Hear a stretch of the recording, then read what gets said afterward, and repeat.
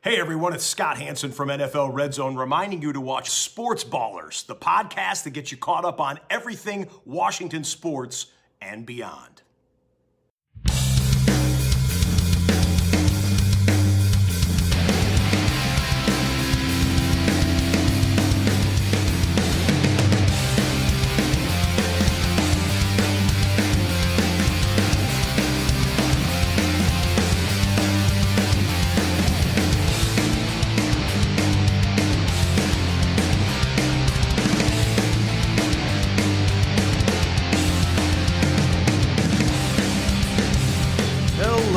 Welcome to the latest edition of the Sports Ballers podcast. My name is Eric. I've got hosting duties this week.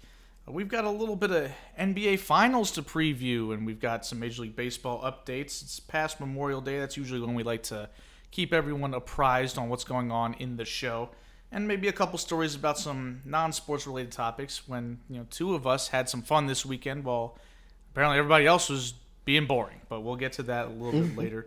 We'll start in the NBA. Obviously, we'll talk a little bit of Warriors-Celtics. So the Warriors dispatched the Mavericks in 5 games.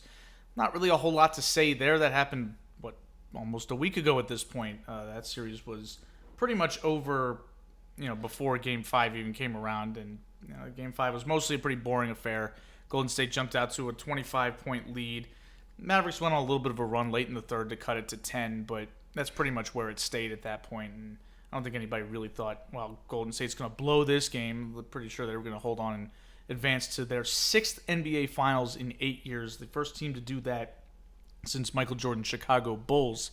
So that's obviously a pretty impressive feat for that team and that core. And we'll see what they can do in the finals. The Boston Celtics' path to the finals was a little bit more complicated. And it was mostly because they complicated it. They should have been able to win that series, in my opinion, much sooner than they did, but, they got a little weird in Game 6, and then they got really weird at the end of Game 7 and almost blew that game. Evan and I were walking back into the hotel as Jimmy Butler was chucking up the failed attempts to take the lead with the last 16 seconds or whatever, and that was the end of that. But, Boston is kind of probably lucky to be here given the fact that they didn't close Game 7 very strongly. They blew Game 6 at home. They blew Game 3 at home when Jimmy Butler didn't even play in the second half. They should be counting their blessings that they got through that despite all the choking that they seem to be trying to do. But so that moves us to the NBA Finals, where this is kind of a dream matchup if you're into the whole styles make fights motif. And that's where we are. Golden State's offense is obviously prolific with the Splash Brothers, and Jordan Poole can make it a pool party at times. So, that adds an additional dynamic. And, Andrew Wiggins has played very well. Otto Porter Jr. can, hit the 3-ball sometimes. He adds a little bit of a bench presence to that team. And Boston's defense has been what's gotten them here. That's what rallied their team when it looked like they weren't even going to make the play-in around New Year's. And then they just turned up the heat defensively, and that's really how they got on a roll. Pun intended. I guess you could go there. It was not my intention, but they picked it up defensively and became probably the best defensive team in basketball. And that's the matchup. Except for those last 3 minutes of the Eastern Conference Final. Well, I mostly blame their offense more than their defense there. I mean, Marcus Smart took 6 shots. And missed them all, yes, didn't he? He's Marcus Smart. He shouldn't be taking 6 shots in the last 3 minutes of the game, but I'll talk a little bit about that and how that type of way that they play can potentially doom them in this series. But, from that matchup, Boston's got to like their chances in this series. I think that, my gut, which is, not always the most reliable because doesn't rely on any real thought. My gut is a lot of McDonald's. Yeah, it's a lot of McDonald's and a lot of Cookout. We'll talk about that in a little bit. Cory might have some things to say about that too. Things to say about that. But we will get there in due time. But my gut, filled with McDonald's and Coke and Cookout and among other things, and some pizza from Harmony Hall, says that Boston's going to win this series and win this championship. And really, it's partially probably because I'm naturally a pessimist and I don't want Boston to win, that I feel like, oh no, Boston's going to win. But, I've made no bones about it. I generally root for Golden State. I like the way they play. I like Steph. I like their team. I like their core. I like everything pretty much that they're about. And so I'm kind of pulling for them to maybe get this last ring, or I'm not going to say they've had their window's going to close after this year, but you only get so many shots at this, especially when your core is aging. So, it would be nice to see them get one more and really kind of solidify themselves as what they are, which is a dynasty and one of the best teams we've ever seen, because they really did reinvigorate fans in basketball. I mean, Steph Curry has become must-see TV for a lot of people. He and John Morant this year were clearly the two, highlight reel guys that people wanted to see, and Steph's been that way for a long, long time at this point. And, seeing them win another one would be really, really good for Steph, would be really good for that team to really just kind of bolster that narrative that it's like, this wasn't just, hey, KD showed up here and made us a dynasty. We were great before that, and we're still great after that. But, that's not to say that Boston doesn't deserve to be here, or that they wouldn't have some really good storylines to come from them winning too. Like, I'm not going to say that I'm rooting against Boston because of their players. I'm rooting against Boston because I don't like Boston. And I think that everybody here can agree with that. We generally don't like Boston-based teams on this podcast, but I got no issue with the players. I like Jason Tatum. I like Jaylen Brown. I like Al Horford. These are guys that are easy to root for, and they're really, really good. But, Golden State, it feels like this is a matchup that will give them a lot of trouble on offense. I mean, I remember watching their regular season matchup against Boston, and this was once Boston got rolling. It was the second game that Draymond Green was back, so it was, the core of the Warriors finally got reunited against the Wizards a couple nights before that, and they destroyed the Wizards. And then they got to play Boston at home, and I watched that first half, or the first quarter and change, before Steph got hurt, because that was the game that Steph sprained his foot. But I watched that first 12 to 15 minutes of that game and thought, man, it's a good thing that Golden State's not going to see Boston in the NBA Finals. Well, they're seeing Boston in the NBA Finals. I didn't anticipate Boston beating Milwaukee. Of course, Chris Middleton getting hurt. I figured that Boston would have a tough path to get to the NBA Finals, which they did, but to their credit, they're here. But even so, even despite the fact that I think that Boston matches up well with Golden State, and they've got a good history against this team, even when Golden State was winning all the championships and Boston wasn't this good, they've always given Golden State a hard time. They're the only team in the NBA with a winning record against Golden State since 2015.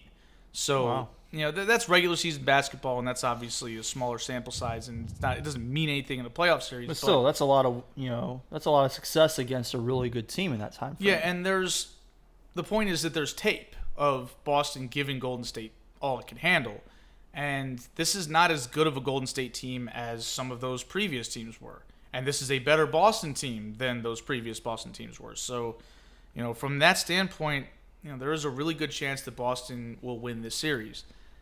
It's going to be a really interesting final series. I will say that in Golden State's defense, they are, I feel, kind of hitting their peak right now at the right time. You talk about defense wins championships, and Boston has the edge on defense, but it's not like it's some huge edge. Not at all. Golden State has a good defense. Very good defense. And yeah. I think that Golden State's offense is better at its best, and it has been pretty consistently at its best through the playoffs. Yeah, I agree with that. I think you're right about that. I think that what they showed against Dallas was, the narrative flipped so quickly on that series because everybody said Dallas's defense is going to give the Warriors a hard time. It didn't come close to giving them a hard time. And, obviously Boston's defense is provably better, and they sort of resemble some of the things that the Memphis Grizzlies do on defense that gave Golden State some trouble, especially after Ja was hurt, because Ja really, as great as Ja is offensively, we talked about his defense was a huge liability for them. And when he came off the floor, they became a much more dynamic defensive team. And the numbers showed that all season. Like, that was why the Grizzlies were so good even without Ja. It wasn't because their offense got better. That would be ridiculous. Their defense got way better without him on the floor, which, is understandable for a third-year player who's undersized. He's got a lot to learn to how to at least not be a big-time negative on defense. So I'm sure Ja will get better, but, at this time he wasn't.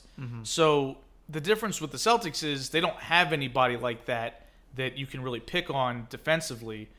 Like, their best scoring threat is Jason Tatum, but he's also an incredible defender. So they're going to have to deal with a team that can play offense while it can also play defense. But That being said, you look at some of the things that would favor a team going into a series.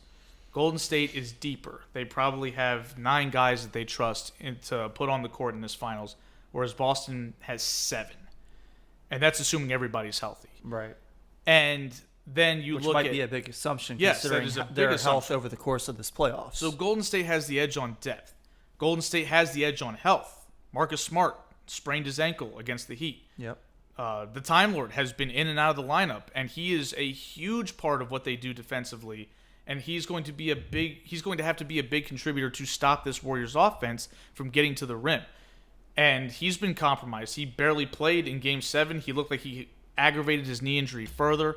Who knows how many games he's going to be on the floor, whereas Golden State is getting guys back. Gary Payton is probably going to return for the NBA Finals after he broke his elbow a month ago, and he's probably going to be back in the lineup. Otto Porter has had plenty of time to rest his sore foot that he suffered in Game 3 against the Mavericks. It's going to be like a week and a half at least before he's asked to come back onto the floor. Andre Iguodala could return to the lineup as well. And Steph Curry, he tweaked his ankle in Game 5, but he's had a week off. He'll be fine. So, depth, health, experience, obviously in Golden State's favor. Home court advantage in Golden State's favor. And, oh, by the way, they've got the best player in the series. So it's a lot to overcome for Boston. And, like I said, my gut says Boston because I'm like, I want Golden State to win, so I'm kind of like, I don't think they're going to do it. But my head says everything points to a Golden State win just purely from what we know about how basketball works, just purely from how things are going at the moment. And the matchup on paper is definitely a 7-game series type of matchup. Yeah, the issue, though, that I have with Boston is they give too many games away. I mean, Miami, they won 2 games in Boston, and it wasn't like Miami was healthy. Like, Miami did not have Jimmy Butler in the second half of Game 3. Boston couldn't find a way to scratch out that win. They kept turning the ball over. And then Game 6, no Tyler Hero. Jimmy Butler's playing through a sore knee. Kyle Lowry was... Best thing that happened, Evan and I talked about it while we were watching the game, the best thing that happened was he fouled out of the game. That's what allowed the Heat to finish the game because they put the ball in Jimmy Butler's hands. Yeah, and the Warriors have given away a couple of games in this playoffs as well, but it hasn't been not to that degree. Yeah, not the way that Boston has. And they're 9-0 at home. Like, that's the big thing. It's like Golden State might lose a game, they might look bad in the game, but when they look bad, it's on the road. Yeah, like the debacle. They're not giving away home court opportunities. Yeah. So, and another thing is that Boston's been really good on the road in this playoffs. That's obviously how they got here. They keep losing home games, but keep advancing. They're clearly obviously winning on the road. They won 3 out of 4 in Miami, and they won 2 games off Milwaukee in Milwaukee. So they're clearly willing and able to go on the road and get wins. But the problem is, again, Golden State's dominant at home, and Golden State is also incredible on the road. I think that in the Steph Curry era, he's played 26 playoff series, and in all 26, the Golden State Warriors have won at least 1 road game in those series. That is a record. And Boston has shown an incredible proclivity for blowing games at home. So if we assume that Boston's going to lose at least 1 at home, which seems likely, that means they have to win at least 2 in Golden State. So, again, just the logistics, the way everything's lining up screams Golden State should win this series. Vegas has them favored. They've got more rest. But it's really interesting to see what happens. And I feel like if I'm counting up how the ways that Golden State can win games, it's more numerous than the way Boston can do it. But they still have to go out there and do it, right? Like, you figure Klay Thompson's going to win you a game. He always has at least one game where he just goes off and he just ruins your night no matter how well you play. And, of course, Steph is more than capable of having multiple games like that in a series. And then you got to consider the fact that Draymond Green can take over a game on defense. And Andrew Wiggins has shown that he can come in and be a huge X factor, potentially shutting down your best offensive player, making key plays, getting offensive rebounds. There's just so much that the Warriors can do here that can ruin a night for Boston, and I just don't see that they have the same way to respond. So it feels like Boston has to play their game perfectly 4 times out of 7, and it's just so hard to see that happening. Yeah. It's going to be a really fun series. I'm excited to watch it because, like, if Boston brings their A game, Golden State's going to be in for a hell of a fight. And there's going to be nights where they bring their A game, and Golden State's going to have to scratch and claw to wins, and they might not get those wins. Yeah. But if The problem Boston is lays that an egg, you kind of get the feeling that the Celtics have to bring their A game 7 times to get 4 wins because the Warriors can still win some games even when Boston is at their best. Yep. And if Boston has even a 1-game lapse, that could potentially flip the series. That could potentially prevent it from even going to 7 games. Yeah, and Boston plays great and then has stretches where they suck at the worst times, like Game 7. Like That was a wild last 3 minutes. So Rashad and I watched the first quarter and a half maybe, and it was just ugly for the Heat. I mean, the Celtics jumped out to a pretty sizable early lead, and even though it never necessarily got like completely out of hand, it wasn't like, what was it, Game 5 or Game 6 between the Warriors and I think it was Game 5 between the Warriors and the Grizzlies. Yeah, where it was 55-point lead. Yeah, like it never got quite like that, but it seemed like it was trending in that general direction. And so we were like, you know what, let's watch, let's finish the episode of Breaking Bad we started early and then watch episode 2 of season 2 of Breaking Bad. It's a good one. It was a really good one. Those were the two that actually started to get Rashawn a little bit into the series. But anyway, like the end of episode 1 of season 2, I was like, "You want to watch another one?" She's like, "Heck yeah, we gotta keep going." Yeah. So we finished that, and then we flip over. We're like, "Oh, there's still 3 minutes left. It's an 11-point lead." We're like, "Well, this is over." Yeah. And then it wasn't over. But then Jimmy Butler takes a Steph Curry 3 with way too much time on the shot clock at the end of the game. It's like, that was dumb. I get why he took the shot, because it was like, this is the moment to go do this. Yeah, but if you take a 1-point lead there, there's still plenty of time for Boston to go back down the court. So I agree. I didn't like that for him. But the fact that the Celtics had that much of an implosion where it even came into question was insane. Yeah, I didn't get to see the implosion as it was happening. Evan and I were in the car listening on ESPN radio, but so obviously we're hearing all these failed possessions for the Celtics, but we're not seeing exactly what's happening. Right, but you're definitely hearing the excitement and like the just awe from the crowd and from the announcers. When Doris Burke, who is great, she's amazing. Like it was still a 5-point game with like 50 seconds left, and Jaylen Brown just committed an offensive foul. And when Doris Burke says, "The Boston Celtics are falling apart at the seams right now," I'm like, that's not usually something you hear when you're still up 5. That's usually something once you've blown the lead. Right. So it's just like, wow, Boston is shook, which is part of the reason why I didn't really like that shot by Jimmy Butler. It's like, dude, if you tie that game up, Boston's going to quit. Yeah. Like, they just blew their season right there. Yeah, like, it was quitting time at that point. Yeah, there was no need to force a shot that early in the shot clock. It wasn't like a wide open 3 either. He was in transition, but he had to pull up, which is automatically going to tank your shot percentage. And there was a defender in the area. He wasn't wide open. You still had an opportunity to potentially find somebody else in transition to get a better shot. And even if you don't get an opportunity in transition, kill some of the time on the clock. Don't give Boston a crap ton of time to go back down the court and take the lead back. There's no need to do that. Yeah, I think, because Jimmy Butler's not a good 3-point shooter. Like, he's right. He operates entirely out of the mid-range and driving to the basket, and he's great at that. He's one of the few true mid-range shooters left in the game. He is somebody had a stat on this a few years ago where they were talking about players that with the highest level of impact. So basically, the best players in basketball in terms of winning games. He's definitely up there near the top. There are stats that back it up. Obviously, he was in the top 10. And they had a list of 20 guys. And their point was each of these 20 guys do one of 3 things. Either they are prolific outside shooters, they are top-level ball handlers, or they protect the rim. There was one exception to that, and that was Jimmy Butler. He's literally the only player he's not a point guard, he's not a 3-point sniper, and he's not a rim protector because he's not a big guy, but he still impacts the game because he's so good at everything else. And at that moment, I was like, Jimmy, you've got Al Horford right in front of you. He's not going to stop you. He's backpedaling. Drive to the basket. Mm-hmm. He would have gone right by Al Horford. Jaylen Brown was on the weak side. He would have come over and probably fouled Jimmy Butler. And with the way Jimmy finishes, he probably would have scored and gotten his And even if he doesn't, Jimmy was on the money from the free throw line. He's going to make both free throws, yeah.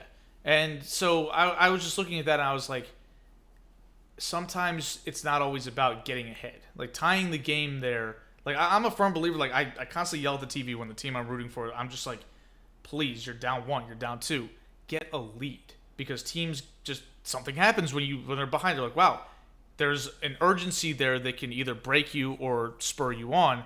But at that point in the game, a tie would have felt almost as good as a lead, just because Boston would have been like, wow, we somehow actually have to score to win now. We have to go get a bucket. And we haven't been doing that. Maybe we should just protect the ball and get to overtime and pray that we can. That would have been something if you watched the team basically take a knee.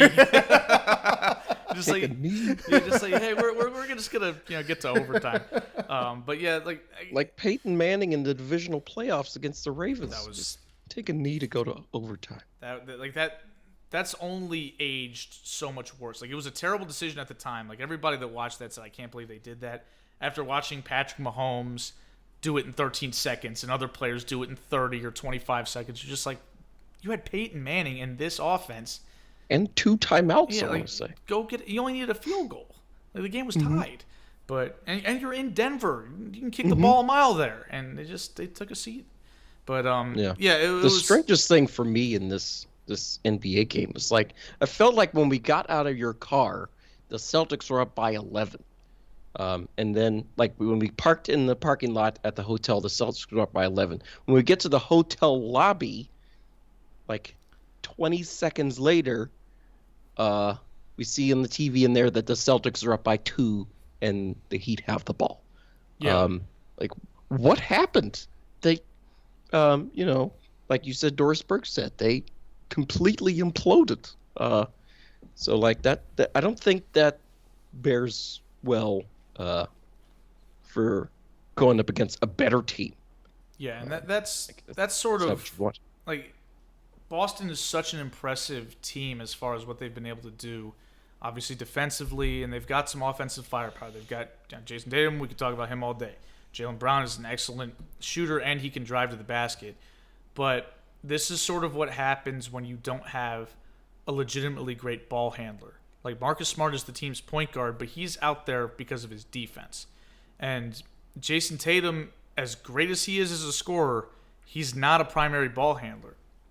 Jaylen Brown, how many times did we watch him get the ball stolen from him by Victor Oladipo or somebody else, or Jimmy Butler, just because it's like, dude, your handle is not good.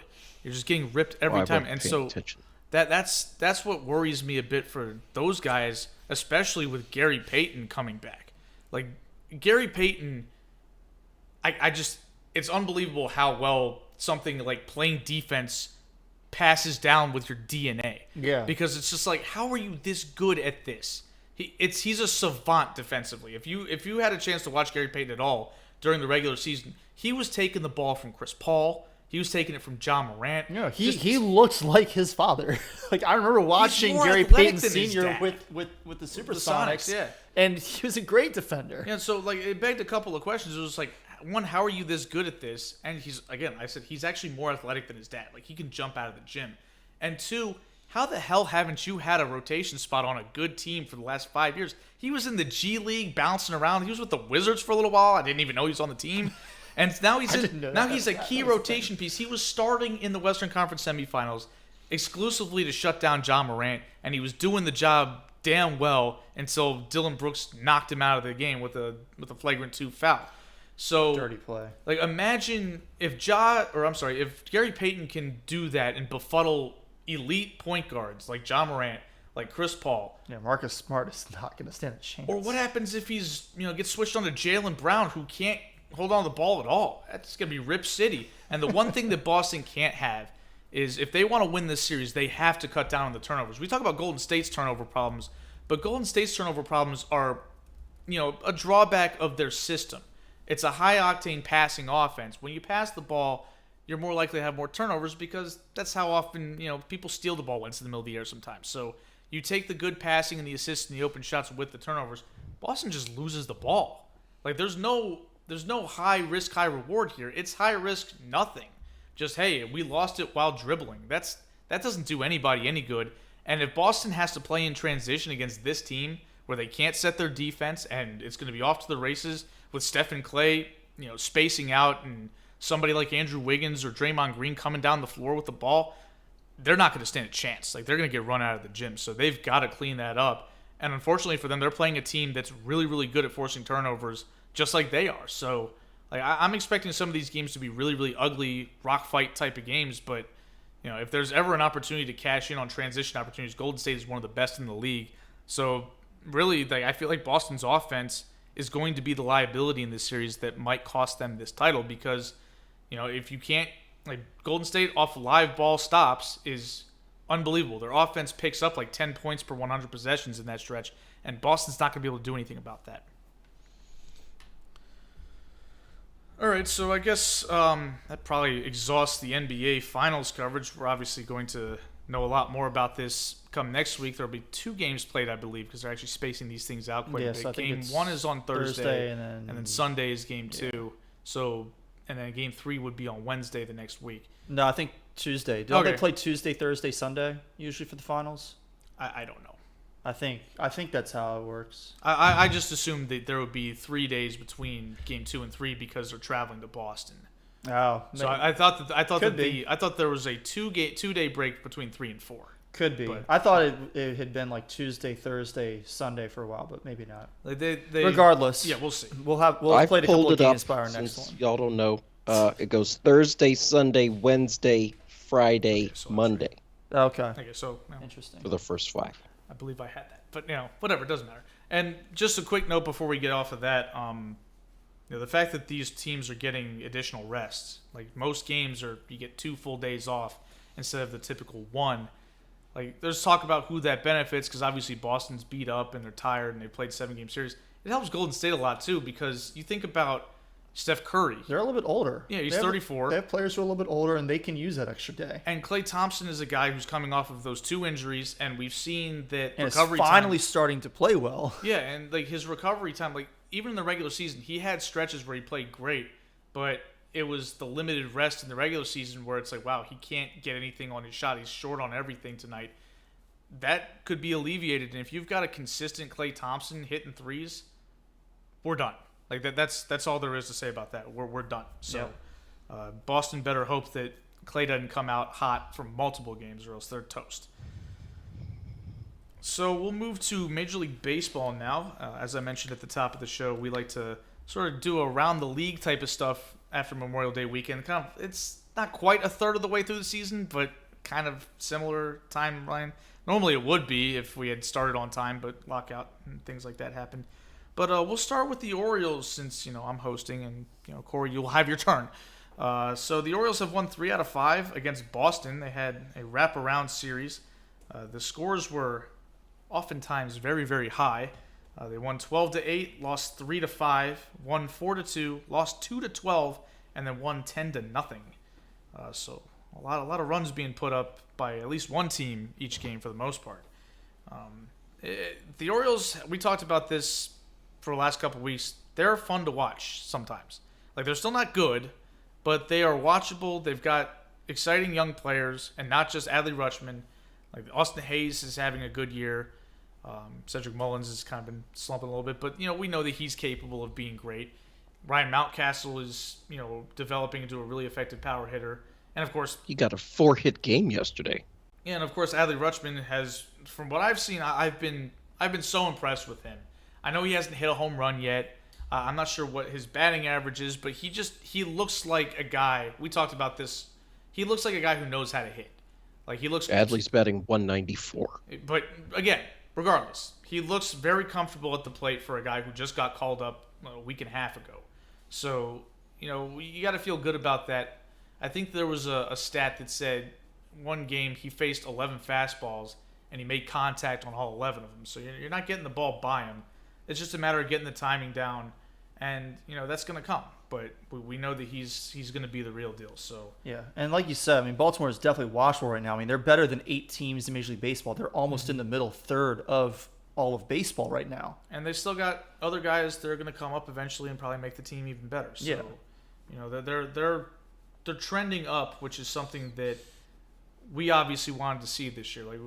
Nobody had any illusions about the Orioles contending or competing for a wild card spot or anything like that, or even being 500. We were just the next step after the debacle of last year and the year before and the year before, was that And the year before that as well. Yeah, like 2022 was sort of the And the year before that, too.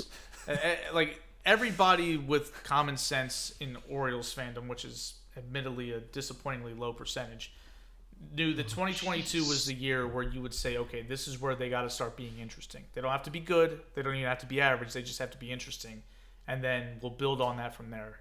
And so as far as I'm concerned, given where how much of a hole they had to dig out of, not just in terms of the farm system and the talent, but organizationally, the infrastructure of not having any international base or any type of scouting department that could be relied upon to do the right things, this team is on schedule as far as I'm concerned. And so anybody that's still whining about, whether it's Buster Olney or some particularly impatient individuals on Orioles Twitter, this is what you should have expected. And if you are disappointed that it hasn't happened sooner, I have no idea what you were hoping for, because this is on schedule. This is the best it was realistically going to be, and you should be happy right now. You should be feeling good and optimistic about things. Oh, my goodness. Sounds like Evan's Evan's having got problems. a knock at the door. Somebody.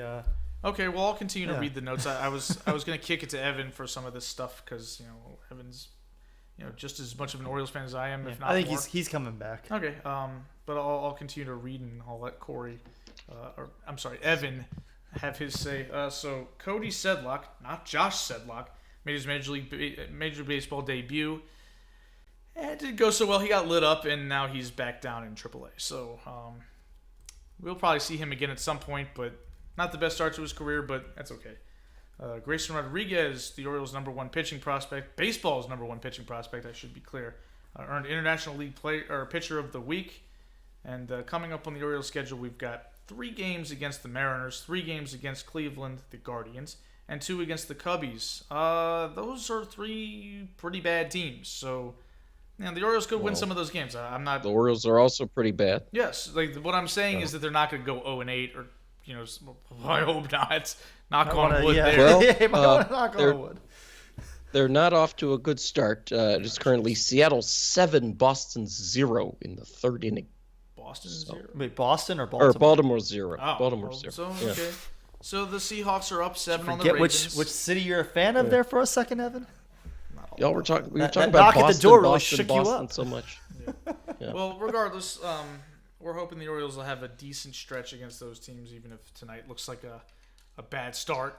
Yeah, but it's a bullpen game tonight, and so they started Brian Baker, who doesn't sound like an actual person, and then they came in with Zach Lothar, who's that doesn't sound like an That actual sounds like person even either. less of an actual person. yeah his career ERA is 6.82. Woof. So, that's just how it's going. It's BP tonight. So, it's baseball. So we'll get them tomorrow. Okay. Well, I guess I'll jump in with my Yankees, who are currently in, I believe, the 3rd inning against the Angels and are lighting up Noah Syndergaard. Already 5-0 Yankees. They scored 4 runs in the bottom of the 1st, including a 2-run home run by Matt Chapman with his weird mustache. He looks very bizarre. But it's it's been an interesting last couple of weeks for the Yankees because they kind of half imploded, like started letting teams kind of catch up to them, but they've kind of righted the ship for the most part. They're 5-5 over the last 10 games, which is not great, but they've maintained a tie for the best record in baseball with the Dodgers. Aaron Judge still leads the league in homers, although Mookie Betts is quickly closing in because he had a hot May. He didn't get a home run during the first 2 weeks of the season, but he has 7 home runs in the last 10 games. So much to Evan's enjoyment, and I'm hoping that he cools off a little bit this week because I'm playing Evan for the first time this season. I'm trying to hand Evan his first loss, but we'll see what happens. I did get a really good start from Framber Valdez yesterday. He scored more than 17 points. Trust me, that doesn't necessarily matter against Evan. I had 2 guys do that. I still lost. Yankees are dealing with a few injury concerns. I mean, this has been an issue for the Yankees over the last few years. Injuries start to pile up. Thankfully, nothing too serious so far. Matt Chapman has been having some lower body injuries, but he's still playing. Or actually, maybe that's Josh Donaldson, I think, who's having. Thought Matt Chapman was on the Blue Jays.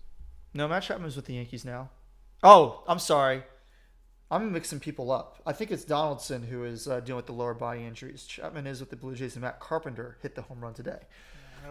Carpenter is still in the league? Yeah, he's the one with the weird. He's the one with the weird mustache. Yeah. Anyway, I'm thinking of a Aroldis Chapman who has the lower body injury. I'm confusing everybody right now. I should have put first names in here. This is your team. I know. We dedicated. I should have put the first names in my notes. We dedicate a segment a week to the Yankees, only because of you. So you better get it right.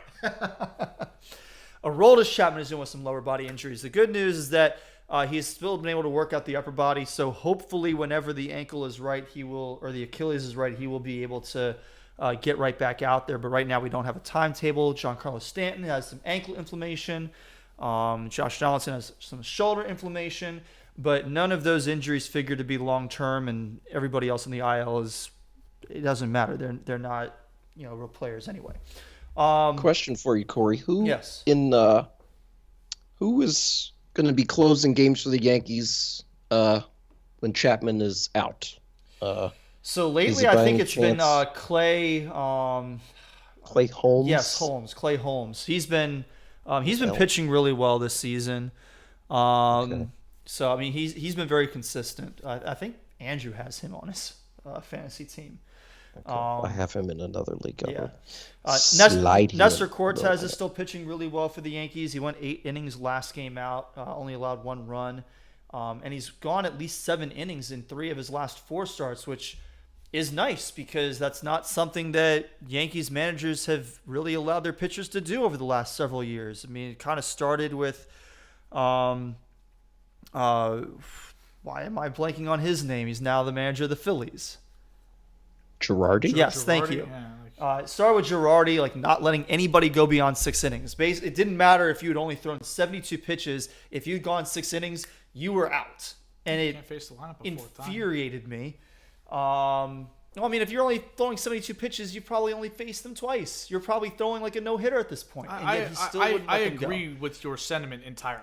Let me be clear. I'm just saying that's the rationale. I think there's also something to be said that, analytics aren't necessarily, they shouldn't be taken as gospel for every single player. Like, you should also be looking at individual analytics. Some players you should not be letting see the lineup for a 4th time. Some players can deal with that. Some players can still be successful as a pitcher facing a lineup for a 4th time, and I think that you need to be conscious of that. And sometimes I do think that Blake you need to Snell allow in the World Series. I think sometimes you do need to allow a pitcher who is rolling through the lineup to continue going. And yeah, if you want to pull them at the first sign of trouble, I'm not going to have any issue with that. But to take them out at the beginning of an inning before they face another batter, simply off of the analytics when they're pitching really, really well, I think that there should be a little bit more leeway there to be had with that. And I'm glad that they're at least showing that with Nestor Cortez, because he's shown that he can go deep into games. He is showing that he can face a lineup 3 full times and sometimes even into the 4th time and still be successful. He currently leads Major League Baseball in batting average against, and he's being allowed to do that. And I think that is helping with our bullpen a lot. It's part of why our bullpen that is full of a lot of no names, guys like Clay Holmes, guys like Michael King, are being pretty successful for the most part. Even with Jonathan Loaizaga pitching like crap when he's actually on the bump for us, and Aroldis Chapman being very inconsistent when he's on the mound. The rest of our bullpen, whom a lot of people haven't heard of, are pitching well. And I think part of that is because they're getting the rest, because we're allowing some players like Nestor Cortez to go deeper in the games. As a team, the Yankees have fallen behind the Brewers in team home runs. Milwaukee leads all of baseball with 69 of them. Nice. The Angels are tied with the Yankees in second with 67. But that's where we are right now. The Yankees are up 5-0 after 3 innings against the Angels, and hopefully, keep the hot streak going. Yeah, I mean, the fact that the Yankees are they're 5-5 in their last 10, and that sounds like they've slipped up a little bit. I'm like, it's a long season. You've got how many 10-game stretches do you have in a season rolling? A lot. Yeah, and included in those are games against the White Sox, who are pretty good, and the Rays, who are a strong team. Considering that if you win 60% of your baseball games, you're freaking great. So you're only a game behind that over the last 10. Yeah, so you're gonna have stretches just purely by variance. If you're a 60% shooter, sometimes you're gonna go 5 of 10 instead of 6 of 10. It happens. So that's not that big of a deal. The Yankees had an unsustainably hot start. They weren't gonna win 120 games or something like that. That there was never going to be peaks and valleys. If this is the valley for the Yankees, they're in really good shape. So and the important thing for the Yankees is that they're still 5 games up in the division, so they're in good shape there. They have a cushion. Certainly not anything like the Mets have. Not in we will talk about them in a little. How bit. is only one team in the entire NL East above 500 right now? That team is because awesome. They suck. And we will get to them in a little bit when we go around the league. The Braves weren't supposed to suck, though. No, I know. But again, we will get to that. But we've got They've been doing keg stands out of the Stanley Cup. With the Capitals. All right? So they've been, they win the championship and can't stop partying. Yeah, things happen. So before we get to, just a little bit of discussion of around the league, including the Mets and the Braves and other teams, we've got a story that not only is it hilarious, it fits right in our wheelhouse as a bunch of, bums that play fantasy football and are obsessed with it because that's just what we do. So this just right down the middle, cross section, perfect. Let's get this done. So Tommy Pham, who now plays for the Reds, I did not know that at the start of this story. It confused the hell out of me because I thought he was still a Padre, and so isn't he on your team? I don't have Tommy Pham. No. Oh, I have Tommy Edman. You have Tommy Edman. Who is good. Yeah. Tommy Pham is not that good. And Tommy Edman plays for the Cardinals. Yeah. So, who also were red. So Tommy Pham got suspended for 3 games because he slapped Jock Pederson over a fantasy football dispute. Now, at first when I read this is the greatest thing ever. When I first, it's not even close to fantasy football season. We're in the middle of the fantasy football off season. Now, there may have been some other shenanigans that supposedly played into this, but at first I thought this was just when I read the article, I assumed it was okay, this is a bet where you won the Sacco, so you get slapped or something. I thought it was a friendly thing. Then I found out that Pham got suspended for 3 games. So I'm like, wait, what? I thought this was just a friendly thing. And then I watched the footage, checked the tape with Hugh, and he reared back and slapped him. That was a harder slap than Will Smith gave to Chris Rock. So, it was definitely thrown with a little bit of anger. And I was like, oh, so this was a spicy situation. This wasn't just a couple of guys messing around.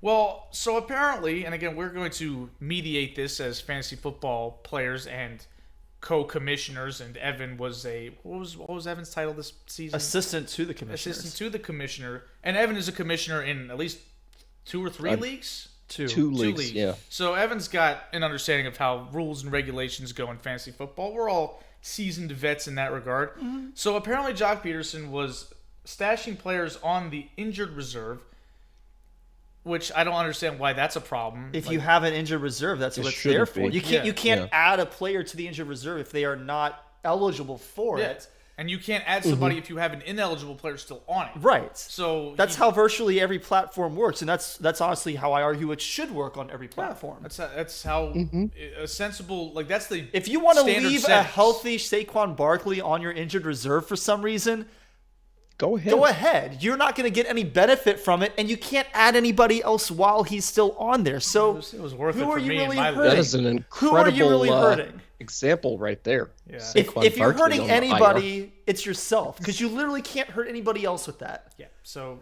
clearly, Tommy Pham's beef with regards to the way Jock manages his team, I think we all roundly agree it's unfounded. Arbitrary and capricious 110%. is the language that 1,000%. If we were arbitrating this and we were a 3-man panel, it would be a unanimous decision. Arbitrary and capricious. Fantasy Supreme Court, yes. if you will. Oh yeah. Yes, and no en banc filing here. This is it. This is 3 of us. There's nobody else. So you lose, Tommy Pham. But apparently there was some other stuff going on that I feel like this is done to save face, because of the ridiculousness of the claim in the first place. So Tommy Pham also got offended, maybe, that Jock Pederson sent a GIF or GIF. I say GIF, but whatever. in the group chat making fun of how the Padres collapsed down the stretch last season because Jock was playing for the Giants, who made the playoffs and were really, really good. They won their division, and the Padres famously or infamously fizzled out. Jace Tingler looking at you. Really? So that apparently set Tommy Pham off, even though he doesn't play for the Padres anymore. Like, I don't understand. If you were that attached to the Padres that you're getting so mad that you're willing to fight somebody in the pregame, why didn't you stay with the Padres? Right? Like, I don't know. Now, maybe the Padres didn't offer him a deal, but if you love the Padres that much that you're willing to, throw fisticuffs around. To be fair, Pham probably felt like it was a little bit of like, why would Pederson send that GIF in that chat? It's probably because Tommy Pham is in that fantasy football league. So this is a last stand situation. He took that personally. Yeah, and I think that they're like, I don't think he's necessarily wrong to be like, to feel like that was directed at him. But that doesn't mean that you directed at him. He was him. on that team. Right, exactly. But that doesn't necessarily equate to slapping the living hell out of the guy. Yeah. Right. Cory, imagine if you and the other WCAC cross-country coaches are in a fantasy league, and whoever's cross-country team keeps finishing in last place at the league championship. Like, don't you think that would come up in some sort of conversation in the fantasy league chat?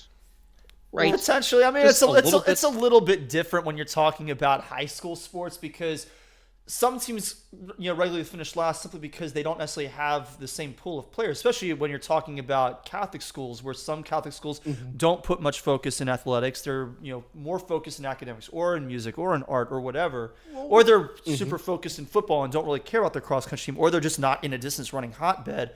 You're going to be at a market disadvantage, and it wouldn't necessarily make sense to make fun of a coach or to poke fun at them for that lack of success. It's a little bit different when you're talking about professional athletes who play for teams that have money to pay good players, and those good players wound up just collapsing down the stretch of a season. A comparable high school thing crashing would be a motorcycle. Something that I could relate to was if, I guess, DeMatha's baseball players were in a group chat with some players from St. John's and they played fantasy football together, and St. John's with all their sweet gear and their new field, and we're the best baseball program in the Washington area, and DeMatha keeps kicking their ass every year, which was what happened when I was there. We always beat St. John's, even though they were number one in the country. It's like they played us and we beat the crap out of them every time.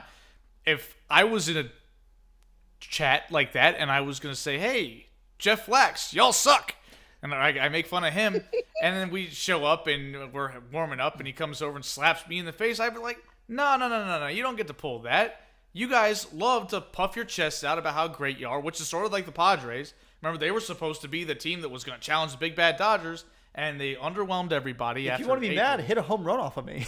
Yeah, that's what you do to try and prove a point. And meanwhile, the actual victors of the division last year, the Giants, like, we're going to let you know. You guys were all flashy and Tatis and Machado, and you had all these guys, and you thought you were going to be awesome. Slam Diego, and all this good stuff. And I got no problem with any of that. That makes it more fun. It's a lot of fun. If you're going to be that way, and somebody decides to make fun of you because you blew your season up, I feel like you just got to eat it on that one. You don't really get to go out there and say, hey, let me slap you in the head over it. Like that's nonsense. But there's some additional quotage, I guess. Quotage isn't a word, but I just made it one.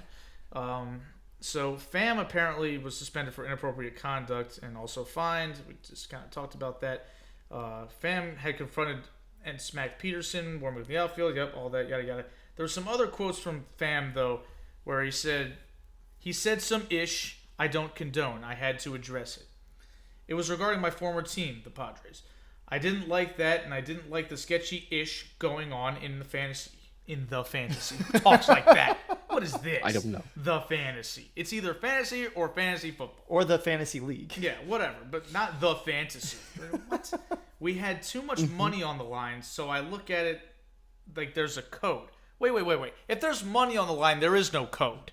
Especially if there's money on the line. You play to win. No honor among thieves. No, you play to win when there's bread being put down. If you want to have a code in your friendly fantasy football league for no money, like our league, Well, we might have a little bit of an unspoken code at certain times. I don't know what that involves, but when there's money on the line, you play to win. The main thing, though, is the last sentence here, because he said, you're effing with my money. Then you're going to say some disrespectful-ish. There's a code to this. And I'm sorry, but him sending a GIF has absolutely nothing to do with your money. It has nothing to do with the point of the fantasy league and how you win money in that league. Unless for some reason you're giving out, $1 per, GIF that burns somebody in the league, which would be very odd.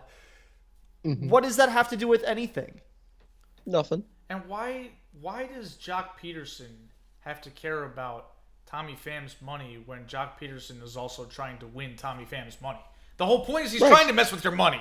He's trying to take your money. You signed up for this. Like, you are gambling, and he is your opponent or one of your opponents. Somebody clearly is not mature enough to be playing in a money league. It's not like Jock This Pederson. is what happens when 10-year-olds join fantasy football leagues. They take it too seriously and don't quite understand it yet, right? Like if they're playing with, 17-year-olds or 20-somethings, right? Like, and if you're they so would get new their to feelings fantasy hurt. football that you don't know how fantasy football works and you don't know how smack talk amongst league mates work, then I'm sorry that you Fantasy made such a football's not bad for you. decision making a money league your first ever fantasy football league. I didn't play my first money league until a few years ago. So Yeah, I was in a money league and I won. And the guy who I beat in the championship game, his wife had just had a baby, and I was more than happy to take food right out of that baby's mouth. It was amazing because I won that money and he did not. When Evan gets in a mode, he's savage. We will talk about that a little bit later when we discuss some other things outside of the sports purview. So let's talk a little bit around the league stuff. We kind of mentioned earlier that there is one team that has by far and away the biggest lead in their division, and that is the New York Mets. And Evan and I are both in agreement. This team is so much fun to watch. Like it's like they don't even have their top two starters. The guys that one guy they paid a bunch of money, and Max Scherzer, and he's currently injured, and Jacob deGrom, who's been out all season so far, but will probably be back soon enough. And we know how great he is. I'm looking forward to that. Yeah, Cory's looking forward to that. He's tired of losing by like single digits. I guarantee to me. I will not be leaving him on my IL when he is healthy. Probably a good idea to put Jacob deGrom in the lineup. So the Mets are great. I think that did all three of us pick them? We do this every week. Did all three of us pick them to win the division? I know I did. I think Evan did too. I Corey think I might have picked taken the Atlanta Yeah, I might have Braves. taken the Braves. I was gonna say. Yeah, because I picked them last year and they didn't get it done, and I was very hesitant to pick them again. This That was year, the but main reason why I did not pick the Mets, Well, just because I didn't trust it. But I stuck with them because of Bucky. So that was it for me. Yeah, Bucky Show. Love me some Bucky Show. He's great. I mean, it's almost as if Buck is the secret sauce, right? Like, when he showed up with the Orioles, they started winning. he's the Or secret sauce they- early on in his tenure with teams. Yeah, then he takes them to the playoffs and they inexplicably fire him, and then somebody else wins the World Series with his squad. That's how this goes. Except for the Orioles. Bob Brenly, clown. Yeah, Bob Brenly was terrible. You can't tell. Yeah. If Bucky Show was managing that team, they win that series in 5 games. Full Yes. stop. Full stop. They might sweep the Yankees. Yeah, this is terrible. He kept putting Byung-Hyun Kim out there. That guy sucked. Yeah, I mean, you got to have it together between the ears That to guy be able to thinks- pitch in Yankee Stadium, especially old Yankee Stadium. That place was an insane asylum in terms of how rowdy the fans would get, and they're right on top of you. So, you can't just keep throwing your guy out there when he's demonstrated that he doesn't have it together physically and mentally. Totally agree with that. So, I mean, the Mets, I think, it's the Mets, so you always got to be a little bit careful, but they're up, 9.5 games in this division? 9.5. Yeah, that's that. I think they saw. swept 4 from the Phillies. Yeah, well, the If Phillies. I'm not mistaken. The Phillies, as predicted, are just a non-entity. Like we all said, we all saw that coming. That's what they've been since ever since their window closed in the early 2010s. Like they're just who cares about the Phillies? The Braves obviously are the big disappointment so far. They're kind of doing what they did last year, where they just sucked early on. But the problem is this year the Mets are better, and the Mets are more solid. Like last year, the Mets had DeGrom, And he was healthy for the first half of the year, so every time he pitched, you could bench the pencil in a win. But Francisco Lindor wasn't hitting. They didn't get Pete Alonso was good, but he wasn't as good as he's been this year. Brandon Nimmo's been great. Jeff McNeil's been great. Like the whole team's basically been killing it, and they've been winning without their best pitchers. So when those guys come back, they're going to be even better. And it's just, again, we could sing the praises of Buck Showalter all we want, but there is a stability to having him running the show. The players respect him. He's not going to be a guy that these guys are going to quit on when things get a little bit tough. So it feels like the Mets have this one packed up, which is, again, hard to say because there's still over 100 games left, and it's the New York Mets. But, I mean, it's hard to see anybody else. Just purely from the talent standpoint, how do you blow this? Like last year it kind of felt like smoke and mirrors. This year it's something different. Yeah. And then also the Braves, I don't think the Braves are as good as they were last year. They intentionally got rid of Freddie Freeman, which didn't make sense to me at the time. Maybe there's more to it than just the numbers on the field, right? Like Freddie, I think he came up in like 2010 or something. Like he'd been there so long, and you're just like, he can go, whatever. And the fact that the Braves are coming off the championship, like, I think there's something to be said for, you finally reached the mountaintop. There's got to be now what do we do, right? Like it's so hard to be as good as your championship form to just run it back the next year. I just don't think the Braves are as good. The Marlins stink. It's only been like that for since 1993, basically. And the Nationals are going down the tubes, which just warms my heart. I love it so much, how much they suck. What warms my heart even more is the fact that you look on ESPN and there's a giant picture of Juan Soto, with his bat behind him as he's finishing his backswing, and it says, "Who lands Juan Soto?" I'm like, the dude's still going to be with the Nets for another couple of years, and people are already like, where's this guy going to end up going? Because he ain't staying here. And I'm just like, this is so good. This is just so amazing. Good. Right? I cannot stand the Nationals. Man. It's the fact that they suck, and they're not only suck, but they're just miserable. They're hopeless. They got nothing. It's great. Yeah, so can't get enough of it. They're not doing well. And the thing with the Braves is last year, when their season was sort of going down the tubes, they're fighting to stay close to 500, pretty much purely by the brilliance of Ronald Acuna. And then he got hurt right before the All-Star break, and the Braves just pulled every string possible to fix their outfield because of all the injuries, and every move worked. That's not going to happen again. That was a fluky occurrence, and they rode that wave to the postseason and then got hot and won the World Series. But you're not going to be able to just say, hey, let me go get 4 outfielders at the deadline and be awesome. That doesn't happen.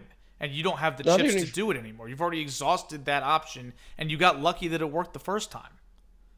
I mean, yeah, they got lucky, but they got so lucky. They just picked up some dudes off the scrap heap, and they played at an all-star level. Yeah, this is like Steve Pearce in 2014, right? That's something that's Steve not going to happen.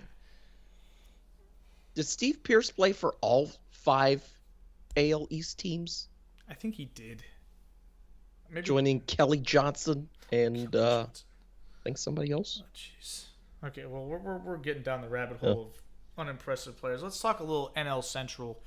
We won't have to talk about Speaking this of long. Unimpressive. Yeah, the Brewers are winning the division. They're actually better than I thought they were. They're hitting more home runs than I figured they would. I mean, their offense has actually been pretty good. Last year, they pretty much did it all purely by pitching and playing in that crummy division. This year, they're adding a little bit of a power factor, but does anybody actually believe in the Brewers come postseason time? No. I know I don't. No.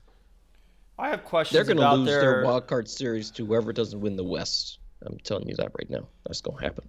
I have questions about their pitching rotation. Pretty much everybody beyond Corbin Burns. I mean, Burns has been really good, but Brandon Woodruff has been he's not been the same. Bad this year. I've been I want to cut him from my team. I'm glad that he's on the IL right now because I can just stash him there for right now and see what I need to do 15 days down the road. But hopefully Tommy Pham he's been good in the past, so I don't necessarily want to cut him because I cut pitchers last year who then got picked up and ended up being really good, like Joe Musgrove. I cut Joe Musgrove. Evan picked him up, and he wound up lighting it up for the rest of the year. Yeah, he threw a no-hitter after I cut him. I was so mad. It's like, I don't want to do that, but he's been bad. He's been really bad. So beyond Corbin Burns, I have a lot of questions about their rotation. They've got good relief pitchers. I mean, Josh Hader has been really good when he's been out there. He had a family issue that kept him out of some games over the last week and a half. But then he came back, and yesterday he threw in both games of their doubleheader and got 2 saves. He got like 7 points for you yesterday. 10. So. He got 10.75 points from me.